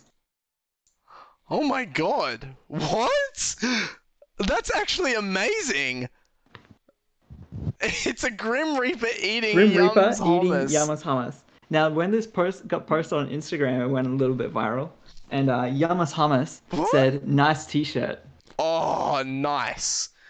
I mean, it is a nice t-shirt. It's like, nice. Nice. Like, yeah, thanks. There you go.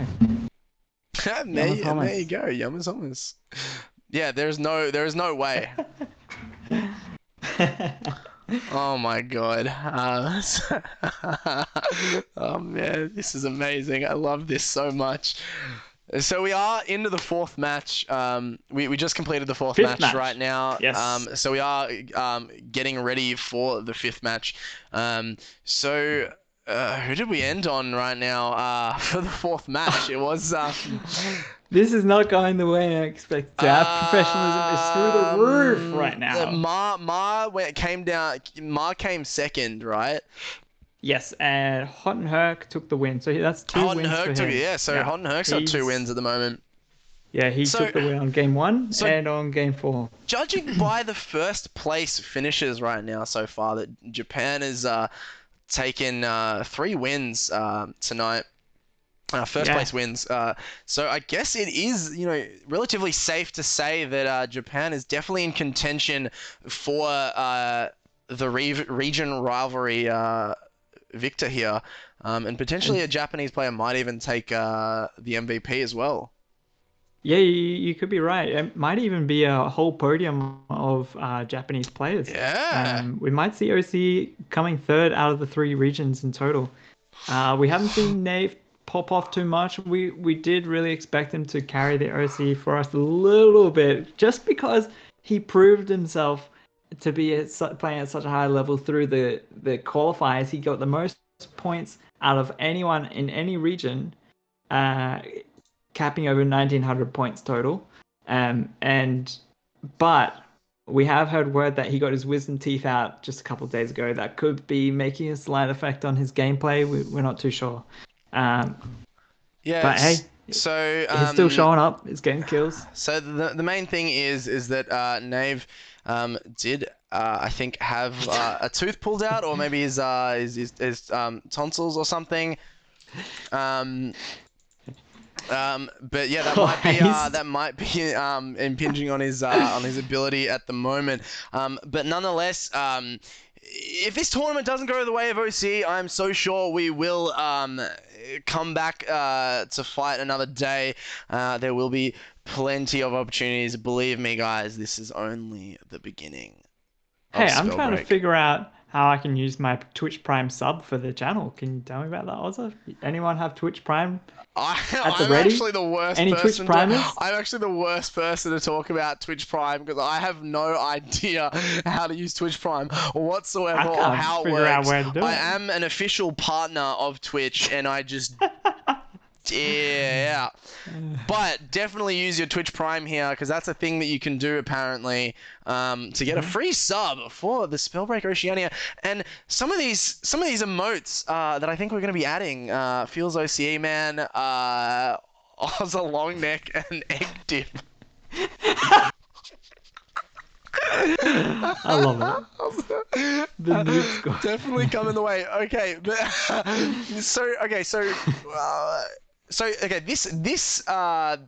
this emote, right? This emote right here, he's gonna be our $5 one, right?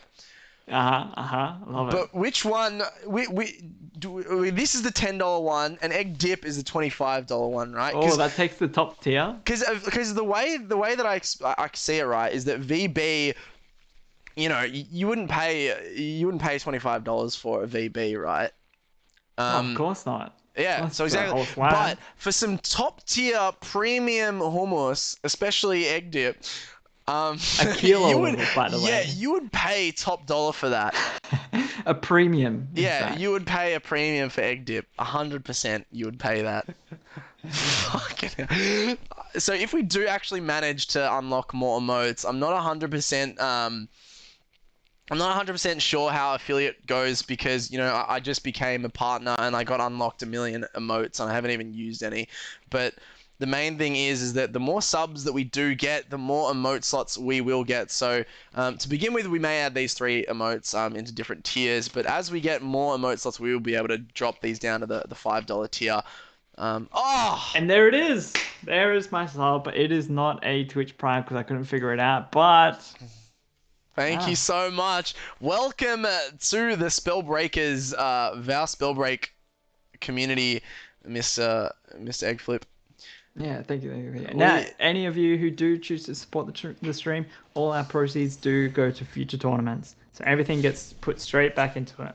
so yeah, so right Creators now, get nothing. the Twitch stream um, right now, the Twitch stream subs is the only way to support, as it will go in. The sub money will go into the Spellbreak fund, but we will potentially look into creating a donation box as well moving Mm. forward throughout the month, because that is something that we have been considering, and definitely something that a lot of players have expressed interest in being a part of these tournaments.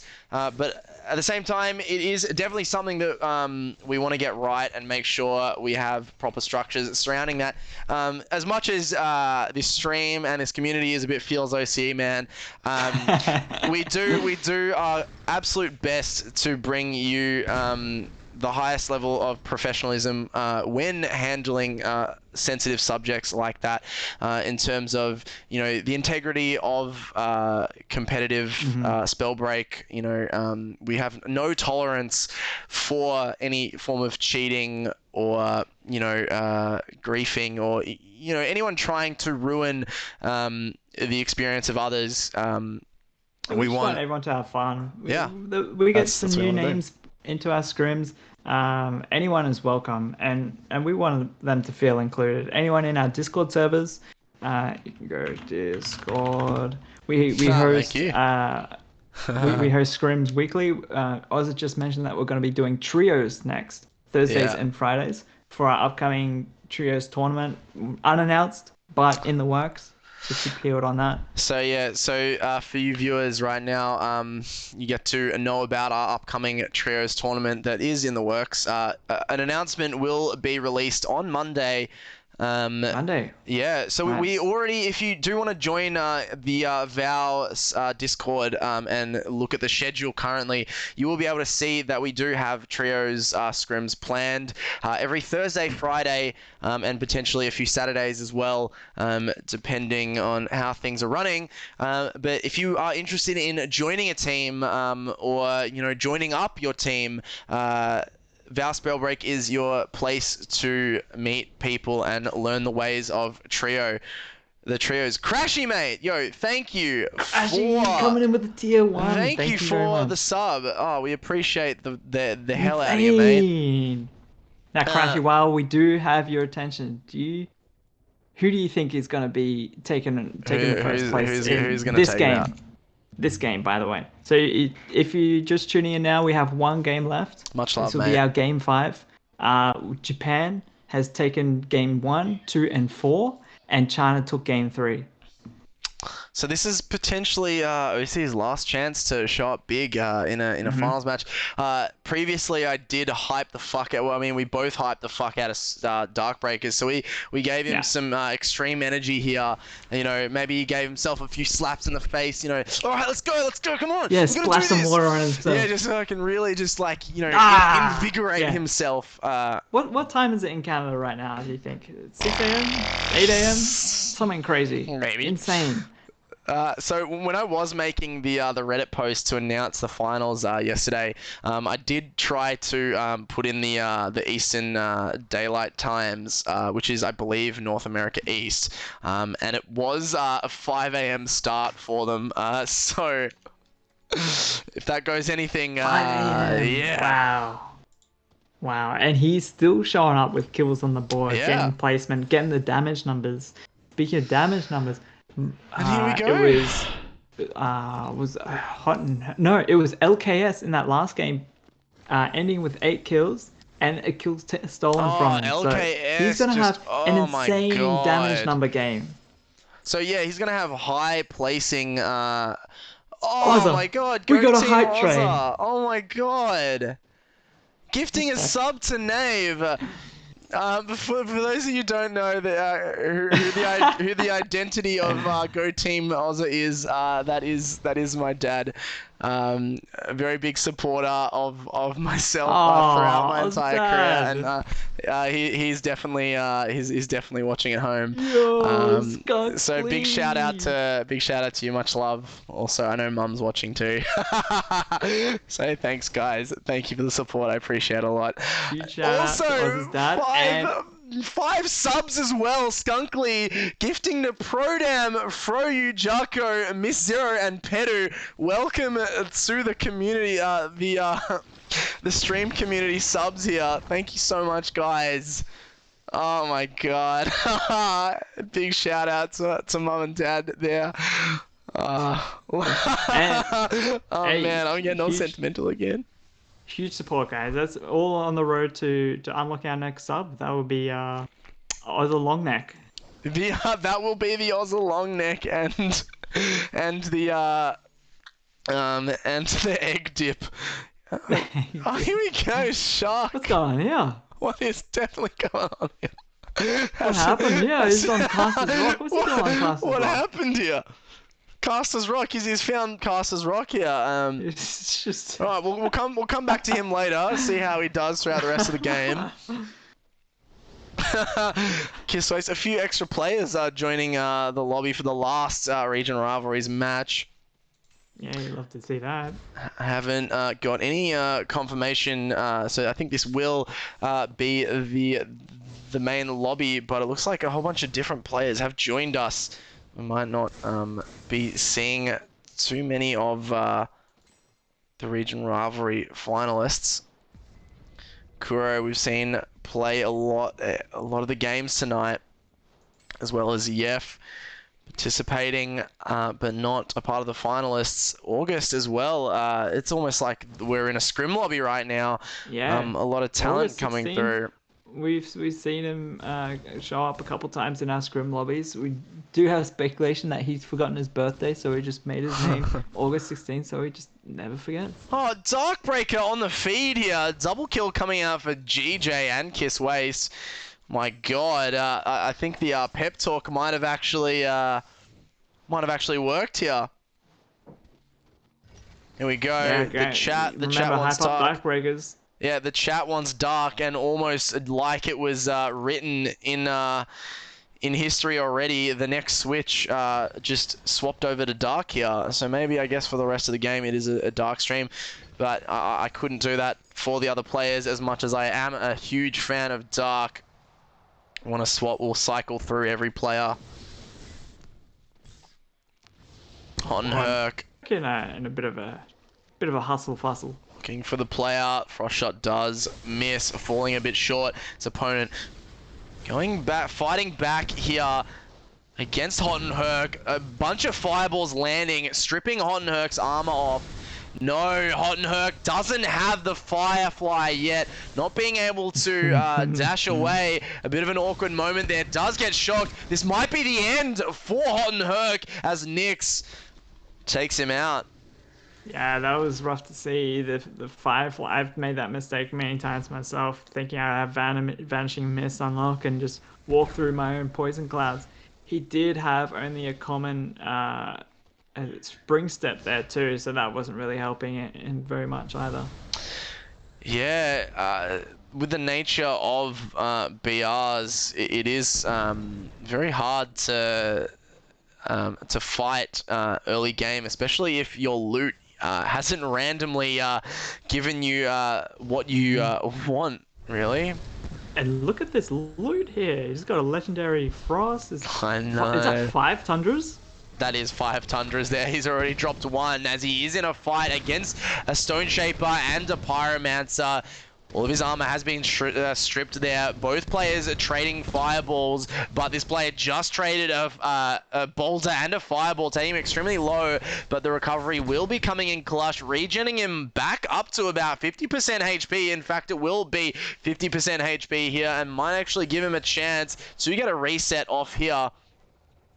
F7 showing some nice mechanics there, but doesn't get the reset off, dropping down to 9 HP there, but will regen a lot of his health there, back up to about 30% HP. Coming in huge, only 1 point in the talent, but his opponent will be chasing. The boulder does go wide there. Will he be able to survive and get a disengage off? Will fly off. Yeah, it's just used the mountains to your advantage. They've just taken over. Breaking that line of sight. Oh, it's not done yet as he tries to get a reset off and he sees his opponent in the top right of his screen. He just cannot run. His opponent wants this exile. Will he get it off? Getting stuck on the mountain here. I'm not sure if I want to swap off because I want to see this this exile go through. I want to see 5 tundras pop off, one after the other. Does get it off, and I will swap off. We are down to 17 players already. Knave, deep in the battle, will get a Firefly off against his opponent. Going down, taking out 9day, picking himself up. A legendary belt there. Yeah, it's a really nice juicy loot you like to see on the floor there. Littered with purples. Definitely put himself in a good position for this last match. Definitely want to see an OC player take out the last match. OC showing up. This is definitely the chance for OC to take it out. Darkbreaker's also having an extremely good game already. Getting huge talents across the board, as well as Knave picking up a few exiles as well. Go. Lyu with 2 exiles so far. Playing Stone Shaper, pretty chilled right now. Oh, I think he's near Knave. Maybe one of the only players running Focus Mana either. This probably isn't Knave here, but Definitely not players Knave. just come on from the zone. Lyu trying to find his opponent. Shockwave's just missing here. His opponent does hover above the ground, playing Don't Touch the Ground. Lyu found another opponent, trading fireballs right now, shredding off all the armor, potentially trying to land a focused mana hit. Ducking into the castle right now. Might try to recover 50% of that HP, but looking for any stragglers here. He's relatively safe. Ducking in and out a lot of of this potions. castle. He's not opting to use just yet. Just trying to find his opponent, listening for the heals. Maybe can capitalize on the positioning of his opponent that's just trying to take cover and heal up. There we go, landing a nice fireball. Nice 3 fireball streak there. Landing 3 fireballs in a row, taking him down extremely low and potentially in a bit of trouble. Lyu also connecting with a few fireballs, only losing about 30 armor in that trade. Will opt to drop a big pot out here. Looks like he will take this pretty safely. LKS, we saw a massive game from him last game, but 15 players left, only 0 exiles. Hasn't had too much action just yet. That was our Fortitude gamer there. That was. Don't think he's a qualifying player at the moment. Kuro still in it to win it as well. Recklessness, by the way. A lot of players trying to disrupt the last match of the qualifier. Man, a bit of trouble here. Landing a massive firewall on 2 players, a bit of a collateral there, burning a bunch of players, but these players will not focus Ma here, and Ma might actually be able to get a reset off. 15 players still in play here. Yeah, Ma wasn't looking too healthy in that fight. It was always sometimes just a good idea. Disengage, break the line of sight, pop your heals off, and while he's at it, he can hear them 2 fighting, so he'll know when that fight will conclude and when the best time to capitalize on coming in with the third party. Darkbreaker's dropping 2 massive boulders on his opponent, dropping him down to 50% HP with that epic flight rune. We did see him jumping down onto that castle tower, but doesn't manage to connect the shockwave. As his opponent drops a lightning strike, Darkbreakers will use this time to heal back up. 3 players have already dropped now. LKS taking out FF, Knave taking out Nyx, and Kuro taking out Ma. Yeah, 12 people left in this stacked endgame. Here we go. Third party is erupting here. Darkbreakers can't seem to find a connecting shockwave. Looks like he still is in a pretty good position here. Dropping the boulder and tornado combo, trying to disrupt his opponent. Finding a few shields on the backside there. Up against a Tempest. As soon as the Tempest is up in the air, dropping some slaps there. But some lightning strikes will find Darkbreakers there. Darkbreakers holding on right now, dropping some health pots. Kenlakwi still in the game. Knave taking out Renowned there. Knave having an exceptional game right now. Here we go, a whole bunch of people in Fort Halcyon as F7 player does connect with Pedu there, stripping off all of his armor. There's a whole bunch of players are starting to converge here. Knave hiding behind inside of this archway here in the Fort Halcyon. Someone is chasing Knave, but Knave does get a shield reset, dropping a nice Firefly, trying to get the top, but can't get up, but also reactivating his Firefly. Very nice positioning coming out from Knave, potentially dropping aggro from his corresponding player. We go, Liu taking out Yef as we are into the top 8 for the final match of tonight. The final Region Rivalry solo tournament will come to an end. But before we will find the winner of this match, before we find the winner of the Region Rivalry and the most valued player in all of Asia Pacific here, Egg Flip. This is a monumental occasion here. I'm jaw dropped. I don't know what to expect here. Top 8 situation. Knave already had 3 kills on the board there. We go Liu in a Stone Shaper fight that could be Darkbreakers. He is in trouble against the Chinese Stone Shaper. OC Stone Shaper versus Chinese Stone Shaper. He has Liu, finds a connecting shockwave and will take out Darkbreakers for the 7th place, and that will end Darkbreakers' run for tonight. Liu progressing Where was the further. chant, chat? Knave going down as well in the top 6. I'm not sure if we have any OC players left as we are in the top 5 here. LKS, Liu, 2 Chinese players, Kuro, Japanese player, Kenlakwi, a Japanese player, and I think that will do it. It is just a China circle versus Japan. We'll take it out as Liu eating a few stone slams, but will return with a whole bunch of fireflies. Amazing boulder there to return, and will take out LKS. Just cleaned up. Well played by Liu. Go 3 players left already as LKS took out the F7 player. Kuro getting GG's some last Darkbreakers. minute Good to pots. see pop off there. Yeah, Well played, dude. Jeez, mate. Really cool to see. Go Kenlakwi with the invis. Very high placing, but does fall outside of the zone as he sees some toxic and fire fly past his face. Good thing he wasn't there to meet it. Here we go, he's in a bit of trouble. I can't tell if that's the zone or the mana vault. Where can he step? But the invis does come out, keeping Kenlakwi relatively safe. Liu still channeling shockwaves here. Kuro is still in it, trying to find Liu here, landing a nice toxic cloud there. Kuro flying above in the air as these last players trying to connect with each other as a nice lightning strike does land here.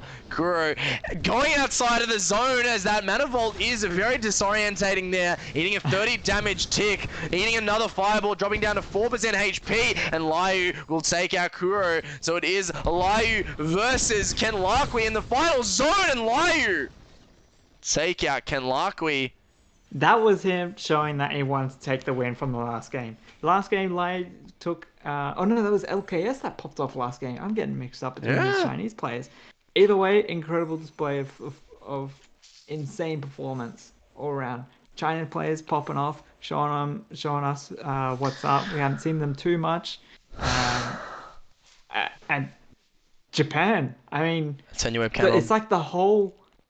Sorry, my mistake. That's it's like okay. the whole player base of Japan just kept staying till the end game, playing passively until they. Am I live? Is this good? Yeah, no. You're not live. Just we're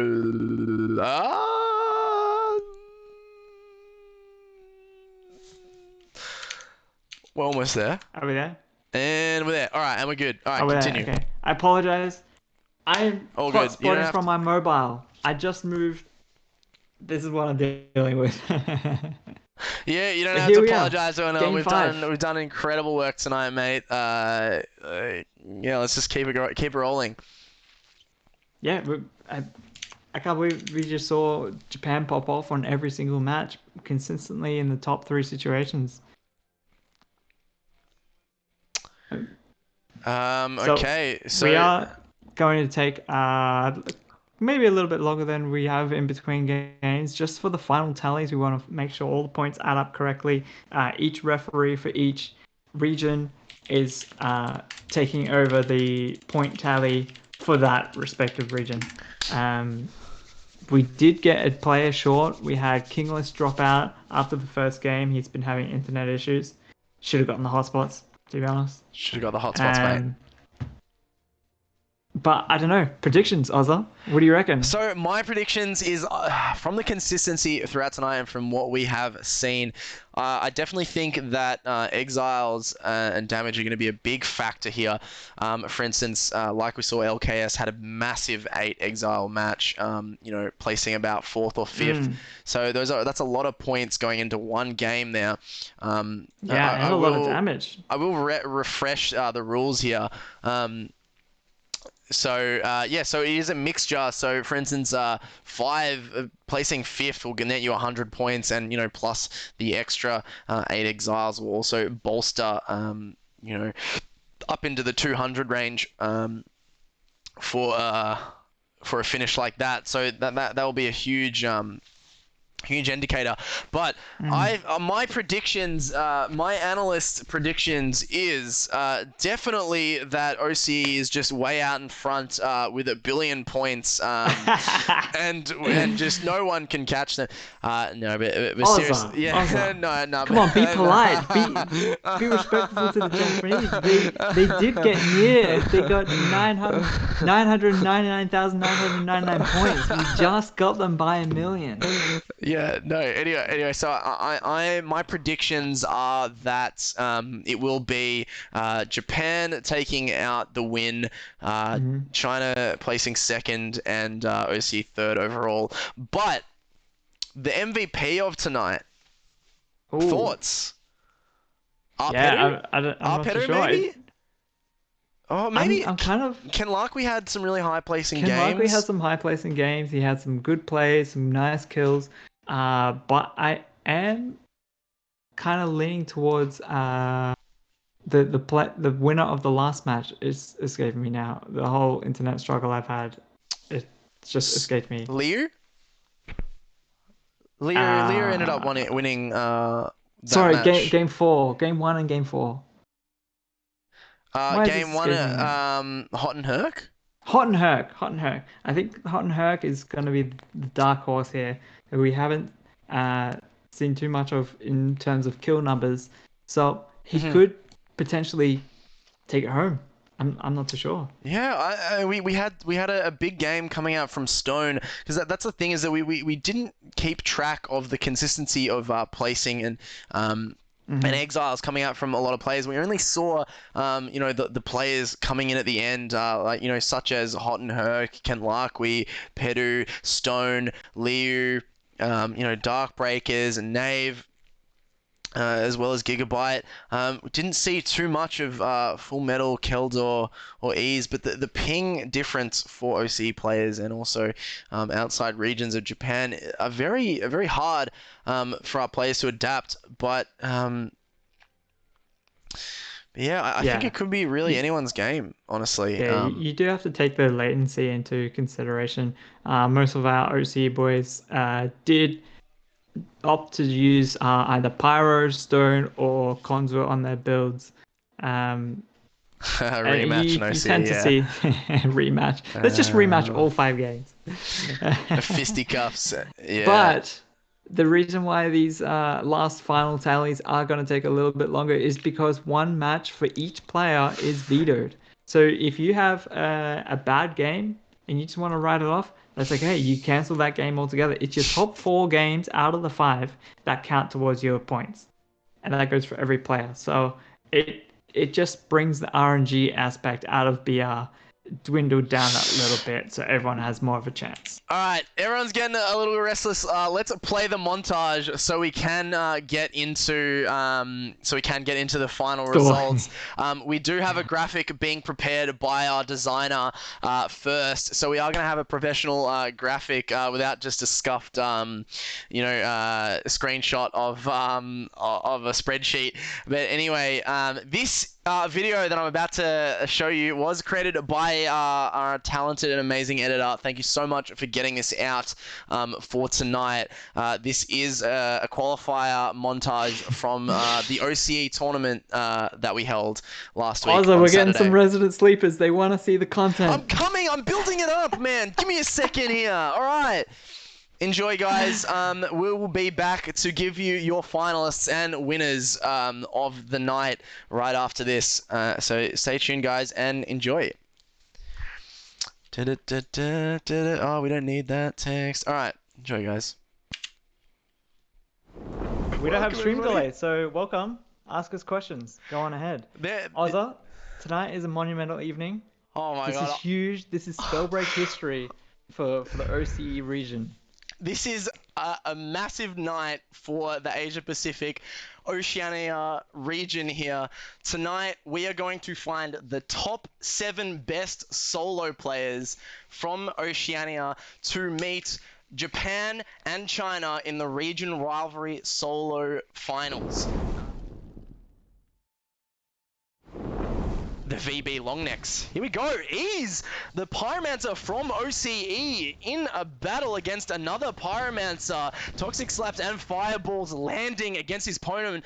Another flight charge getting over his opponents. Toxic Slaps may come through, but he is opting for the Fire Blast. 3 Fire Blasts connecting, going extremely low. He's looking for another Toxic Slap. The Shadow Step comes through.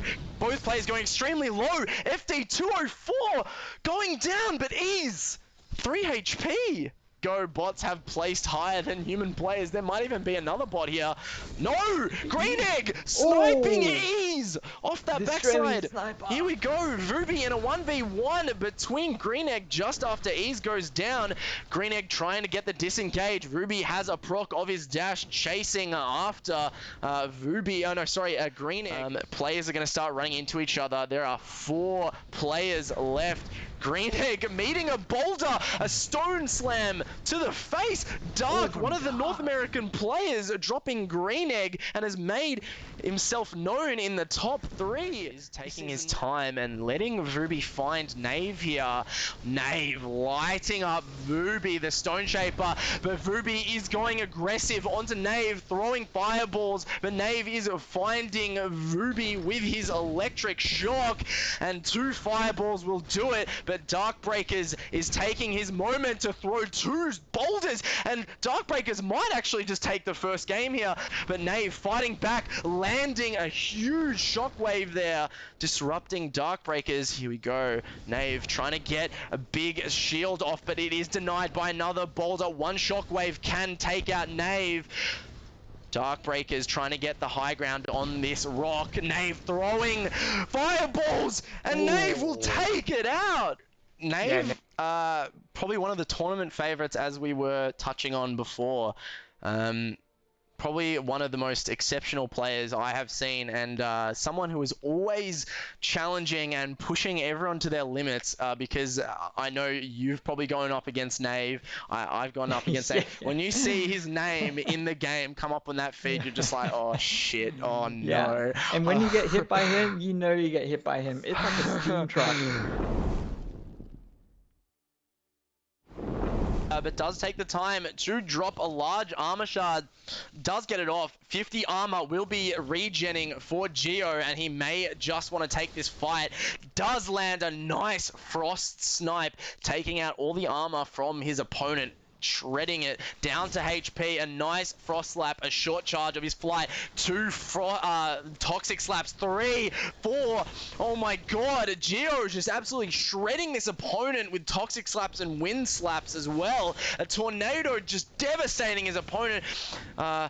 Recovery will be ticking, putting extreme pressure. Another nice snipe coming through. One more will do it. Just going wide. Will be extremely aggressive on his opponent here. Will use the fly rune. One more will do it. Taking down Dogtard. Knave is unrelenting of Gigabyte here, the Stone Shaper from NA. Knave just lighting up Gigabyte right now. Gigabyte, Stone Shaper, using his Stone Skin to get back some of his armor. What? Jen, go! What? You'd lose the sniper. What was that? Jen Keldor! Just on the stalk. Absolutely deleting Gigabyte, the Stone Shaper, with a huge snipe there. Jen Keldor, I think, also getting chased by Knave. Knave is hungry here, but Jen Keldor does have the recklessness active. Drops the Tundra there, trying to fight back. Lands a huge snipe there, taking Knave extremely low. 18 HP for Jen Keldor, but Knave fights back with the Fireball. Go FD in the fight here. Potentially looking for Knave. The Pyromancer drops his Firewall, but Knave lands a cheeky Fireball on the way. The Firefly is there. Fireballs are being traded. Knave landing Fireball after Fireball. Knave takes down FD. Yeah, it looks like he's respecting the 1v1, or he's just going to capitalize on whoever wins. We go Knave versus Green Egg. Oh! Knave just lighting up the last players as Ichikawa comes in with a Dragonfire. Knave using the last pot drops down and finds another 2 pots there. Here we go. Ichikawa might be on the hunt here. This could be anyone's game. The Dragonfire catches Knave off guard, but Knave fights back, lighting Ichikawa up. Finishing the game. Melted him. Finishing the game with 8 exiles. So we saw the same strat there in end zone. Both times in the top 3 situation, the third player was kind of just resting behind, having a good lay of the land, looking at what's been going on, watching a 1v1, and as soon as that finishes, capitalizing on the player that is on low health. So Knave being caught off guard twice in a row now, both games, and still showing up with the win. That is huge. That is massive. So Knave has actually got 2 wins back to back, so sitting pretty well at the moment, rocking some heavy damage and high exiles, so he might be way out in front. Both majors are face to face right now. Stone Shaper versus Tempest. This Stone Shaper isn't even attacking back. They just looks like they're trying to disengage here at this point. Dogtard just landed a huge Frost Snipe there, bringing this Stone Shaper extremely low. So we can see the Stone Shaper is getting some Stone Skin there, there's a bit of armor there, but Dogtard trying to whittle away the last remaining health as Blinkerholic. That was Blinker. Goes down to Dogtard. But here we go, we are in the final circle as the circle is going to close ever slowly. Knave taking out Niku, trying to disrupt people, and non-tournament participant. Here we go, Jen Keldor coming out of hiding in the castle here. Oh my god, Kingless getting absolutely destroyed, but using a very nice shadow step. But here we go, he is being chased by Knave. Knave getting the last 3 exiles into the final zone. 10 exiles for Knave. Down to 70% HP. Knave going for, oh my god, taking huge damage from that stone slam. He is very low here, but gets a nice pot off there. But he is not going to let up. But oh my god, the positioning from Knave. Going huge, chopping down to 3 HP. Jen Keldor finding Knave. He took it, and now it's the 1v1. Here we go, Knave is out, 3rd place, ruining his win streak here. Jen Keldor versus Gigabyte. NA might just take this for themselves, but there is still hope for Jen Keldor, the Frostborn from OCE. He did play his positioning. Oh my god, he has found Gigabyte on top of him. Gigabyte may have just taken some zone damage. If you do get hit by the zone, you will take huge damage here. Jen Keldor finding Gigabyte here, landing a nice snipe. Gigabyte going extremely low. This could be it! Jen Keldor! Advantage. For him showing that he can take those one-on-ones, that's huge. That was extremely well played. We did see Jen Keldor when it was the top 5. He was hiding in that castle, that archway that's in between those castle towers, and he was able to get a nice reset, and he positioned so incredibly well, was extremely patient in that zone, and came out swinging with full HP, and Knave was under extreme pressure and found Jen Keldor. Yeah, and we are seeing some consistency from Gigabyte now too, placing 2nd place 2 games in a row. So this is... I think he's going to be scoring quite highly on the board there. Quick little plug-in. Just for you gamers out there, I highly recommend studying before pursuing a professional career in gaming. As much as professional gaming is extremely lucrative, but you wanna have your options. You know, you wanna make sure that you're a well-rounded person, and you know, have other interests, because if gaming is only what you do, you know, there's more to life than just gaming. Gaming does bring us together, definitely, but you know, as a professional gamer, you know, you want to be a well-rounded person and bring that life experience into your gaming as well. Thank you, Dad. That's all right. This is why I call myself the Oceanic Legend. Just saying that. Here we go, Nanaris in a fight here. Oh, Keldor, the winner from last match, just taking out Nanaris. His snipes are just still on point. See Region. Full Metal finally finding his feet now with a nice game for 4 exiles. Not down and out, can potentially come back with some high placing, high damage, high kill game. His back is definitely against the wall, but potentially people play their best and become their best selves when their back is against the wall. As a nice engage coming out from the Toxicologist. Full Metal is bloodthirsty, fearless right now, just engaging. Oh my god, landing a beautiful snipe there. His opponent hides behind the line of sight, but dropping some toxic puddles to prevent his opponent from standing at that tree and destroying line of sight. A nice aggressive engage coming out. His toxic clouds will give him that shadow step. Oh, another snipe. His opponent did get some armor off, but Full Metal shredding that, engaging extremely heavily. The Toxicologist is a rogue class, and you get extra damage coming out of the invis. Full Metal going for the kill, shadow stepping, looking for the last snipe, lands it on OGBOBE, and another bot coming through. Full Metal bagging out some exiles. Those placement points to his name. Go. Full Metal of the bush strat in another position that he finds himself pretty well in. Now, Full Metal definitely wants to play this one smart. He is a very intelligent player and an amazing decision maker, and has Oh, come out here landing a massive oh, snipe on on Nave, Nave! taking His out the Oceanic teammate! Warlord for the 7th Exile. Full Metal taking an absolutely massive match here, and now challenging Jen Keldor as the zone is moving in. Jen Keldor taking a bit of damage from the zone. Full Metal is at full HP in the top 5 here. I'm just in awe at Full Metal's finesse here, just missing a frost shot there. Another one just goes wide as his opponent turns to him, landing a frost shot. Gigabyte taking out Kingless. It is a North American player in the final 2. Oh my god! Full Oh, Metal landing the Dragonfire and takes it for himself.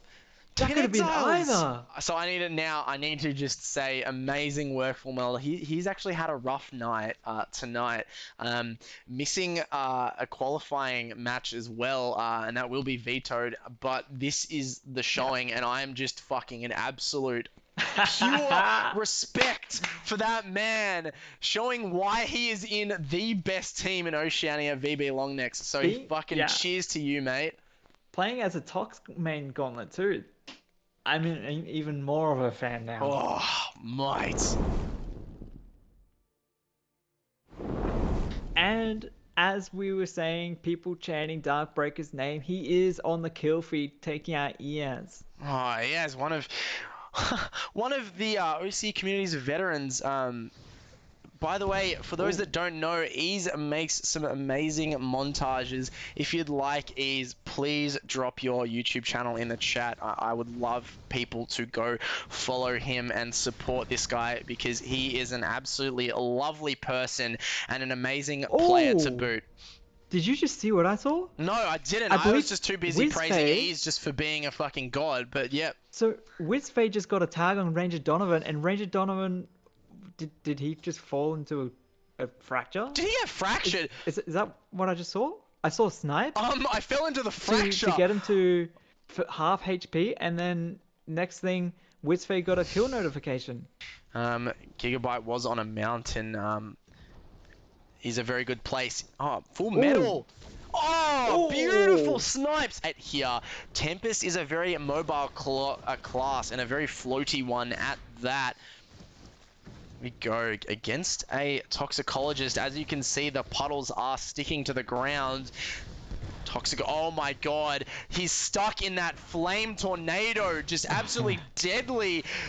Oh my god, dragon firing himself as he tried to disengage with a toxic cloud. Another fireball. He's just hovering in the air. Oh wait, Gigabyte coming out of nowhere, stealing Roland's kill from Dogtard. Gigabyte might actually take another kill here, playing extremely well from the third party, but Dogtard getting himself to safety on top of the castle tower there, doing big damage to Dogtard, landing a huge shockwave. Stone Shapers can only attack on the ground, and Dogtard touched the ground. There it is. Tempests are very good at staying off the ground, but what goes up must come down eventually. Cool here. God damn, that Stone Shaper is a baller. Probably a Gigabyte there as Green Egg using his Shadow Step, but he's getting engaged on. 2 amazing Fireball taking his opponent extremely low, but Green Egg is going low as well, getting shocked as Kingless takes him out with a Conduit Lightning Strike. That was Kingless that he got rid of. Oh my god. Okay. I don't think Gigabyte's done here, as Gigabyte cleans up the last, and just like that, we are down to the last 3. Okay. FD204 has been placing relatively well with just taking his time. Oh my god, here we go. He has a knowledge potion. Oh, just going wide. His position has been broken. The Dragonfire coming through, but Nave breaks FD204 in half. Gigabyte knows that this is happening and comes from the sky, blinded by the sun, like an absolute hero right now. Look at this placement. This could be NA's chance to take a game from the Oceanic Warlord Nave. We have seen this 1v1 in the tournament before, and he has went down, but this is a chance for Gigabyte to take it for NA. There, but a Frost Shot does catch catch Gigabyte off guard, but a nice tree there, but fireballs are coming out. A nice deny from the boulder, blocking a frost shot there. Gigabyte could be in a little bit of trouble, but does get some nice resets off as a flurry of fireballs come out, and Nave taking the position for tonight's last match. GG. Here we go. All right. Okay. Here we go. Okay, guys. All I have to do, I'm one click away now. I'm one click away from the finals. So, I mean, the top 7 Typical and Aussies. the placings of everyone for tonight. So thank you everyone for being with you. We're going to be announcing the finals, and we'll be posting this all over the Discord and letting you how we go. So thanks for being with us tonight. And here we go, announcing our winners for tonight and the top 7. Here we go. Coming in at 1,974 points. Nave. Second place, SK Dark B on USA 1,035 as well, coming in third place. Gigabyte on 1,020 points. Right behind him is Jen Keldor on 1,003 points, making fifth place, full medal with massive games today. He made the place. Coming in at sixth place, Kingless from Southeast Asia, joining us in the Oceanic qualifiers, as well as Ease making the 7th place finish at 706 points. Hey, benchwarmer Greenie, you made it onto the bench.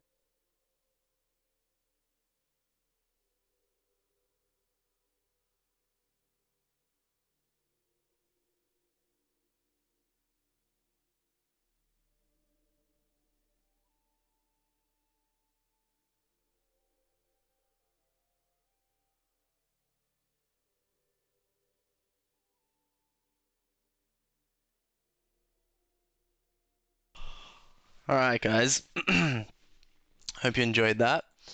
Thank you so much to ALX for that video, for that montage. Let me just We're back. We are back. Let me just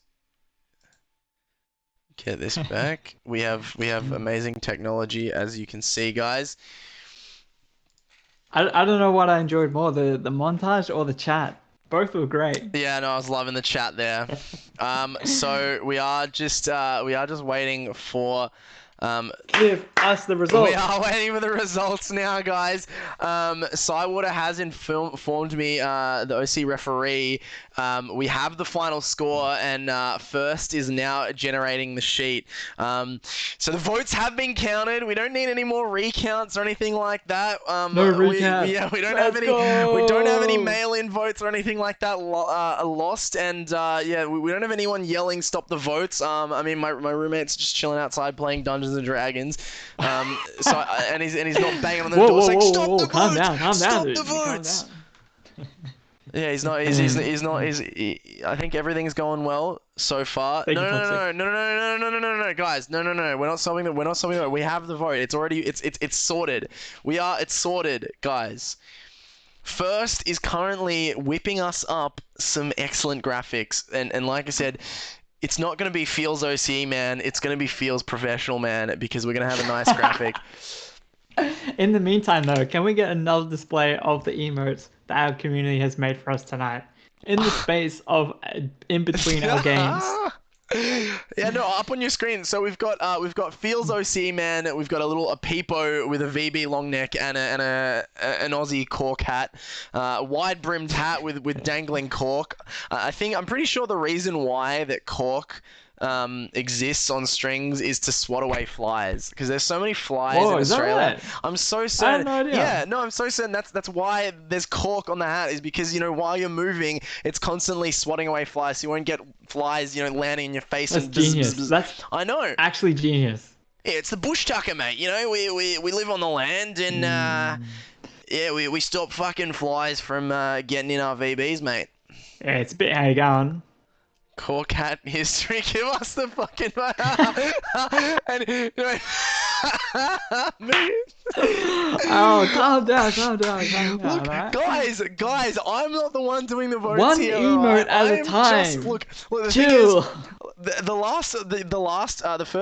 first tournament that I ran, I was actually having to calculate scores on stream, and I had this spreadsheet open, and I had everyone backseat telling me how to fucking Yeah. cast points and stuff like that.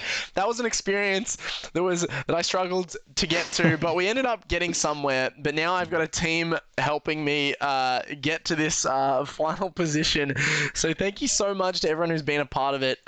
First is tallying everything, and will bring us a final graphic very shortly. Big M sponsor. That's right, you heard it. Big M. Big M. Big Egg M? flip. Try it. Big M egg flip flavor. Um,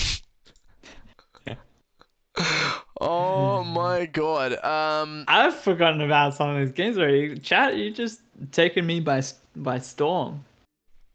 I can't believe it. Anyway, so we've got Ozza Longneck up here. um, and we've got Egg Dip up in the top right. Yeah. Whose Saturday night is being enhanced right now? Morning or night, wherever you are in the globe. If you're feeling enhanced, give us a feels OCE, man. This is definitely a feels OC, man. Right now. But I want to give a big shout out. So I want to give out a few shout outs to some of the people who have been a part of this tournament and made this last month an absolute pleasure to be a part of the Spellbreak community as well as VOW Spellbreak. So a big shout out to Spellbreak Japan, the Spellbreak Japan community. For being big players within the Spellbreak community as well. We couldn't do it without the hosts and the players for showing up, playing, putting in effort, giving us your time. So thank you so much, guys. As well as a big shout out to the OCE Spellbreak community, as well as another big community coming together. And of course, the Chinese community as well. 3 communities coming together as VOW Spellbreak. Of course, we've got multiple languages coming together to bring you this tournament as well. So we couldn't have done it without our referees tonight. Cywater, our Oceanic referee, Takasan, the Japanese referee, and as well as Renowned, the Chinese referee. So they've been doing some behind-the-scenes work, tallying votes, tallying points, and screenshots, and adding it into our system. So big shout out to you guys. We could not have done it without you. Haste for some of our graphics tonight. These graphics that we're using right now. As well as Skunkly, and I think also Haste for making these emotes. Eggflip for casting. Thank you for being here tonight. Especially you're moving house and you're on your phone internet, so it's actually costing you money to be here. I'm not stalling. I'm telling you, I'm not stalling. I'm literally waiting. You guys got the visual credits? I don't have it in my hands right now, as well as ALX. Stop it, guys! I'm trying so hard. As well as ALX for creating our montages as well. Hey, a huge shout out to you, Ozza, not only for doing the verbal credits, but also showing the credits on screen earlier too. We all love that. No worries. Yeah, I love to give credit where it's due. I want everyone to be aware. Oh, the scores are up in staff chat. Oh my god! All right, okay, I've got the results, guys. Okay, I've got the results. I do, in fact, have the results. Oh my god, this is amazing. I'm not even gonna look at it yet, until it's on stream. Come Wait, on! don't show. Okay, should I stall some more, guys? Should I stall some more? Show us the results. All right, image. Final results. I gotta name it for no apparent reason whatsoever. Just because I wanna just stall out just a tiny. Comes out in the next 5 seconds. I'll do an egg flip. Oh shit! I didn't even stall it properly. But here we go. Here it is. I'm gonna just fucking drag this out. Thank you so much. So here we go. Streaming at 160p. What's going on? So how am I looking? Oh. What am I top? So wait, so Nave from OCE actually took out the best player in Asia Pacific. Wait, What? what? What? Wait. What? Really? How? That's crazy. Recount. We want a recount. Nave taking it out, as well as Wait, huh? Liu from China and Kenlakwi from Japan. Only by scraps. He won by 44 points. He just clutched over the top. Hey, it pays to be consistently getting kills, the damage, and placement. We didn't see him too much in the end zones, but he must have been popping off. Navy Cogs coming in the chat. And people who don't know Navy Cog is Navy caught off guard, ladies and gentlemen. Everyone's spamming Navy Cogs because they just can't believe what they're seeing here right now. Hot and Herc, I thought was going to be number one, number four. Not What? even his name up in the top four. I need to swallow here. Kev So, Larkley did in the top three. Lucy. Also, my whole prediction is oh blown out of my the window. god. Is Okay.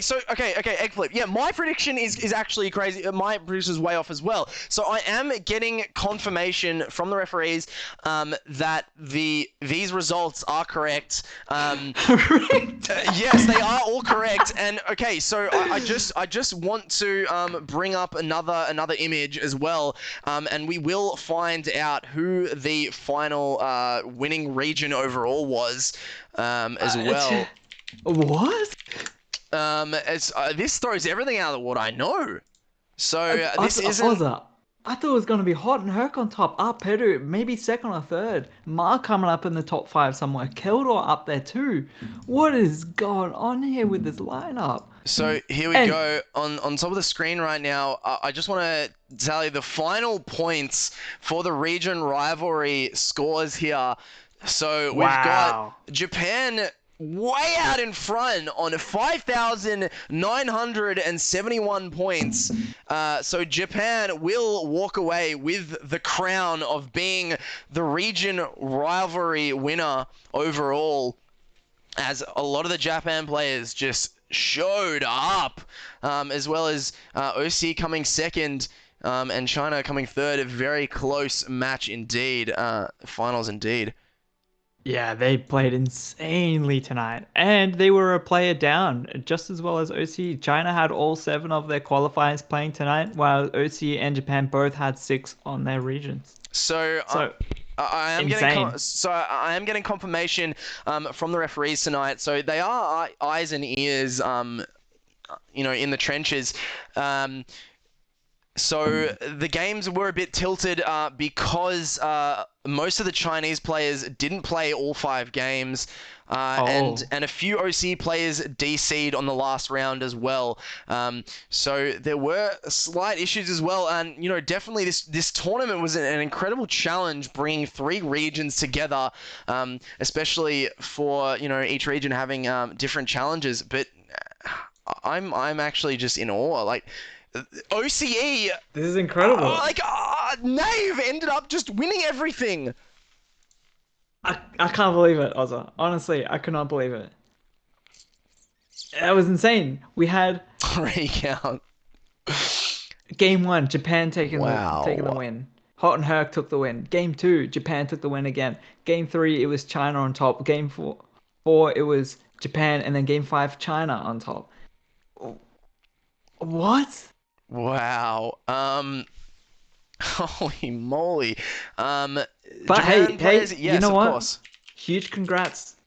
Big firm handshake to Nave right now. That is huge congrats for coming out on top and showing who's the best right now. You got to respect that. And even though we didn't see too much of him, he did really pop off. He had high damage numbers. He had high kills. He really just knuckled down. Even though he got 2 wisdom teeth taken out the other day, he's still showing up. I'm actually just because that's the thing, is that I was considering that we didn't have any OC first place finishes, but with the way that this tournament was centered, is that a Nave must have had some pop off games that we just didn't end up seeing on stream. Yeah, it must have. Absolutely Must crazy. I want to. incredible.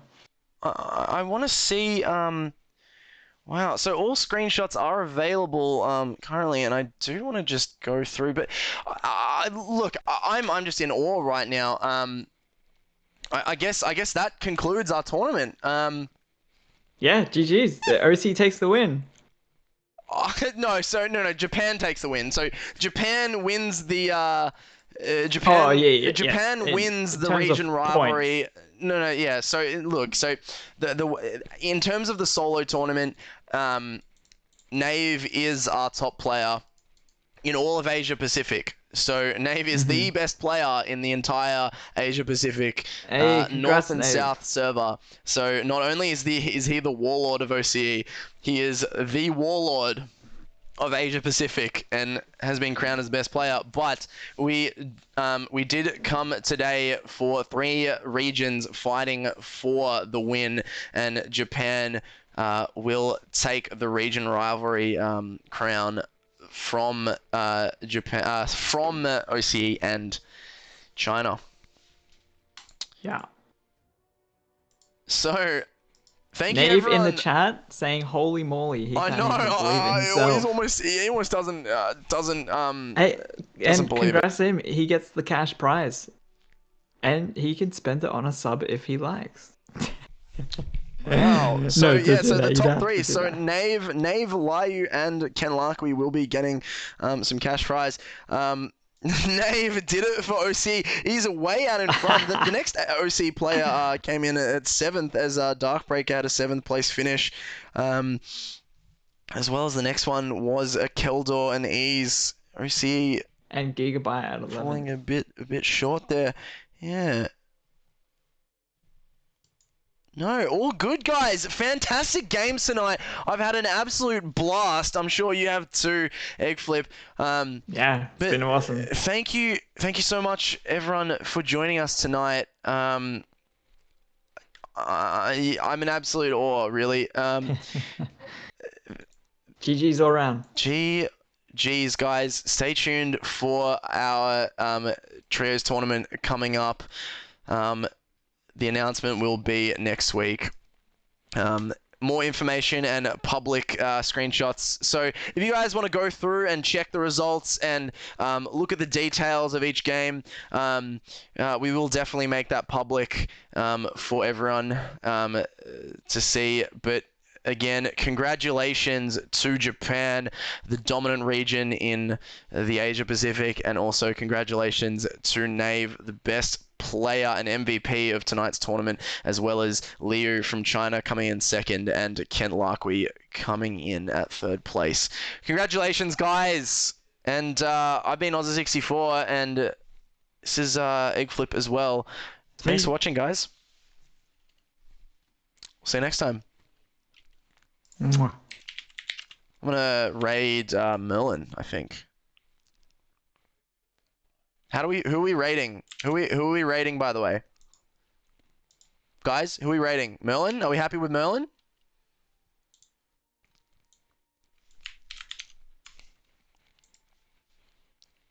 All right, let's go. Let's send some love to Merlin. All right, we'll see you next time, guys. Peace and love, my friends.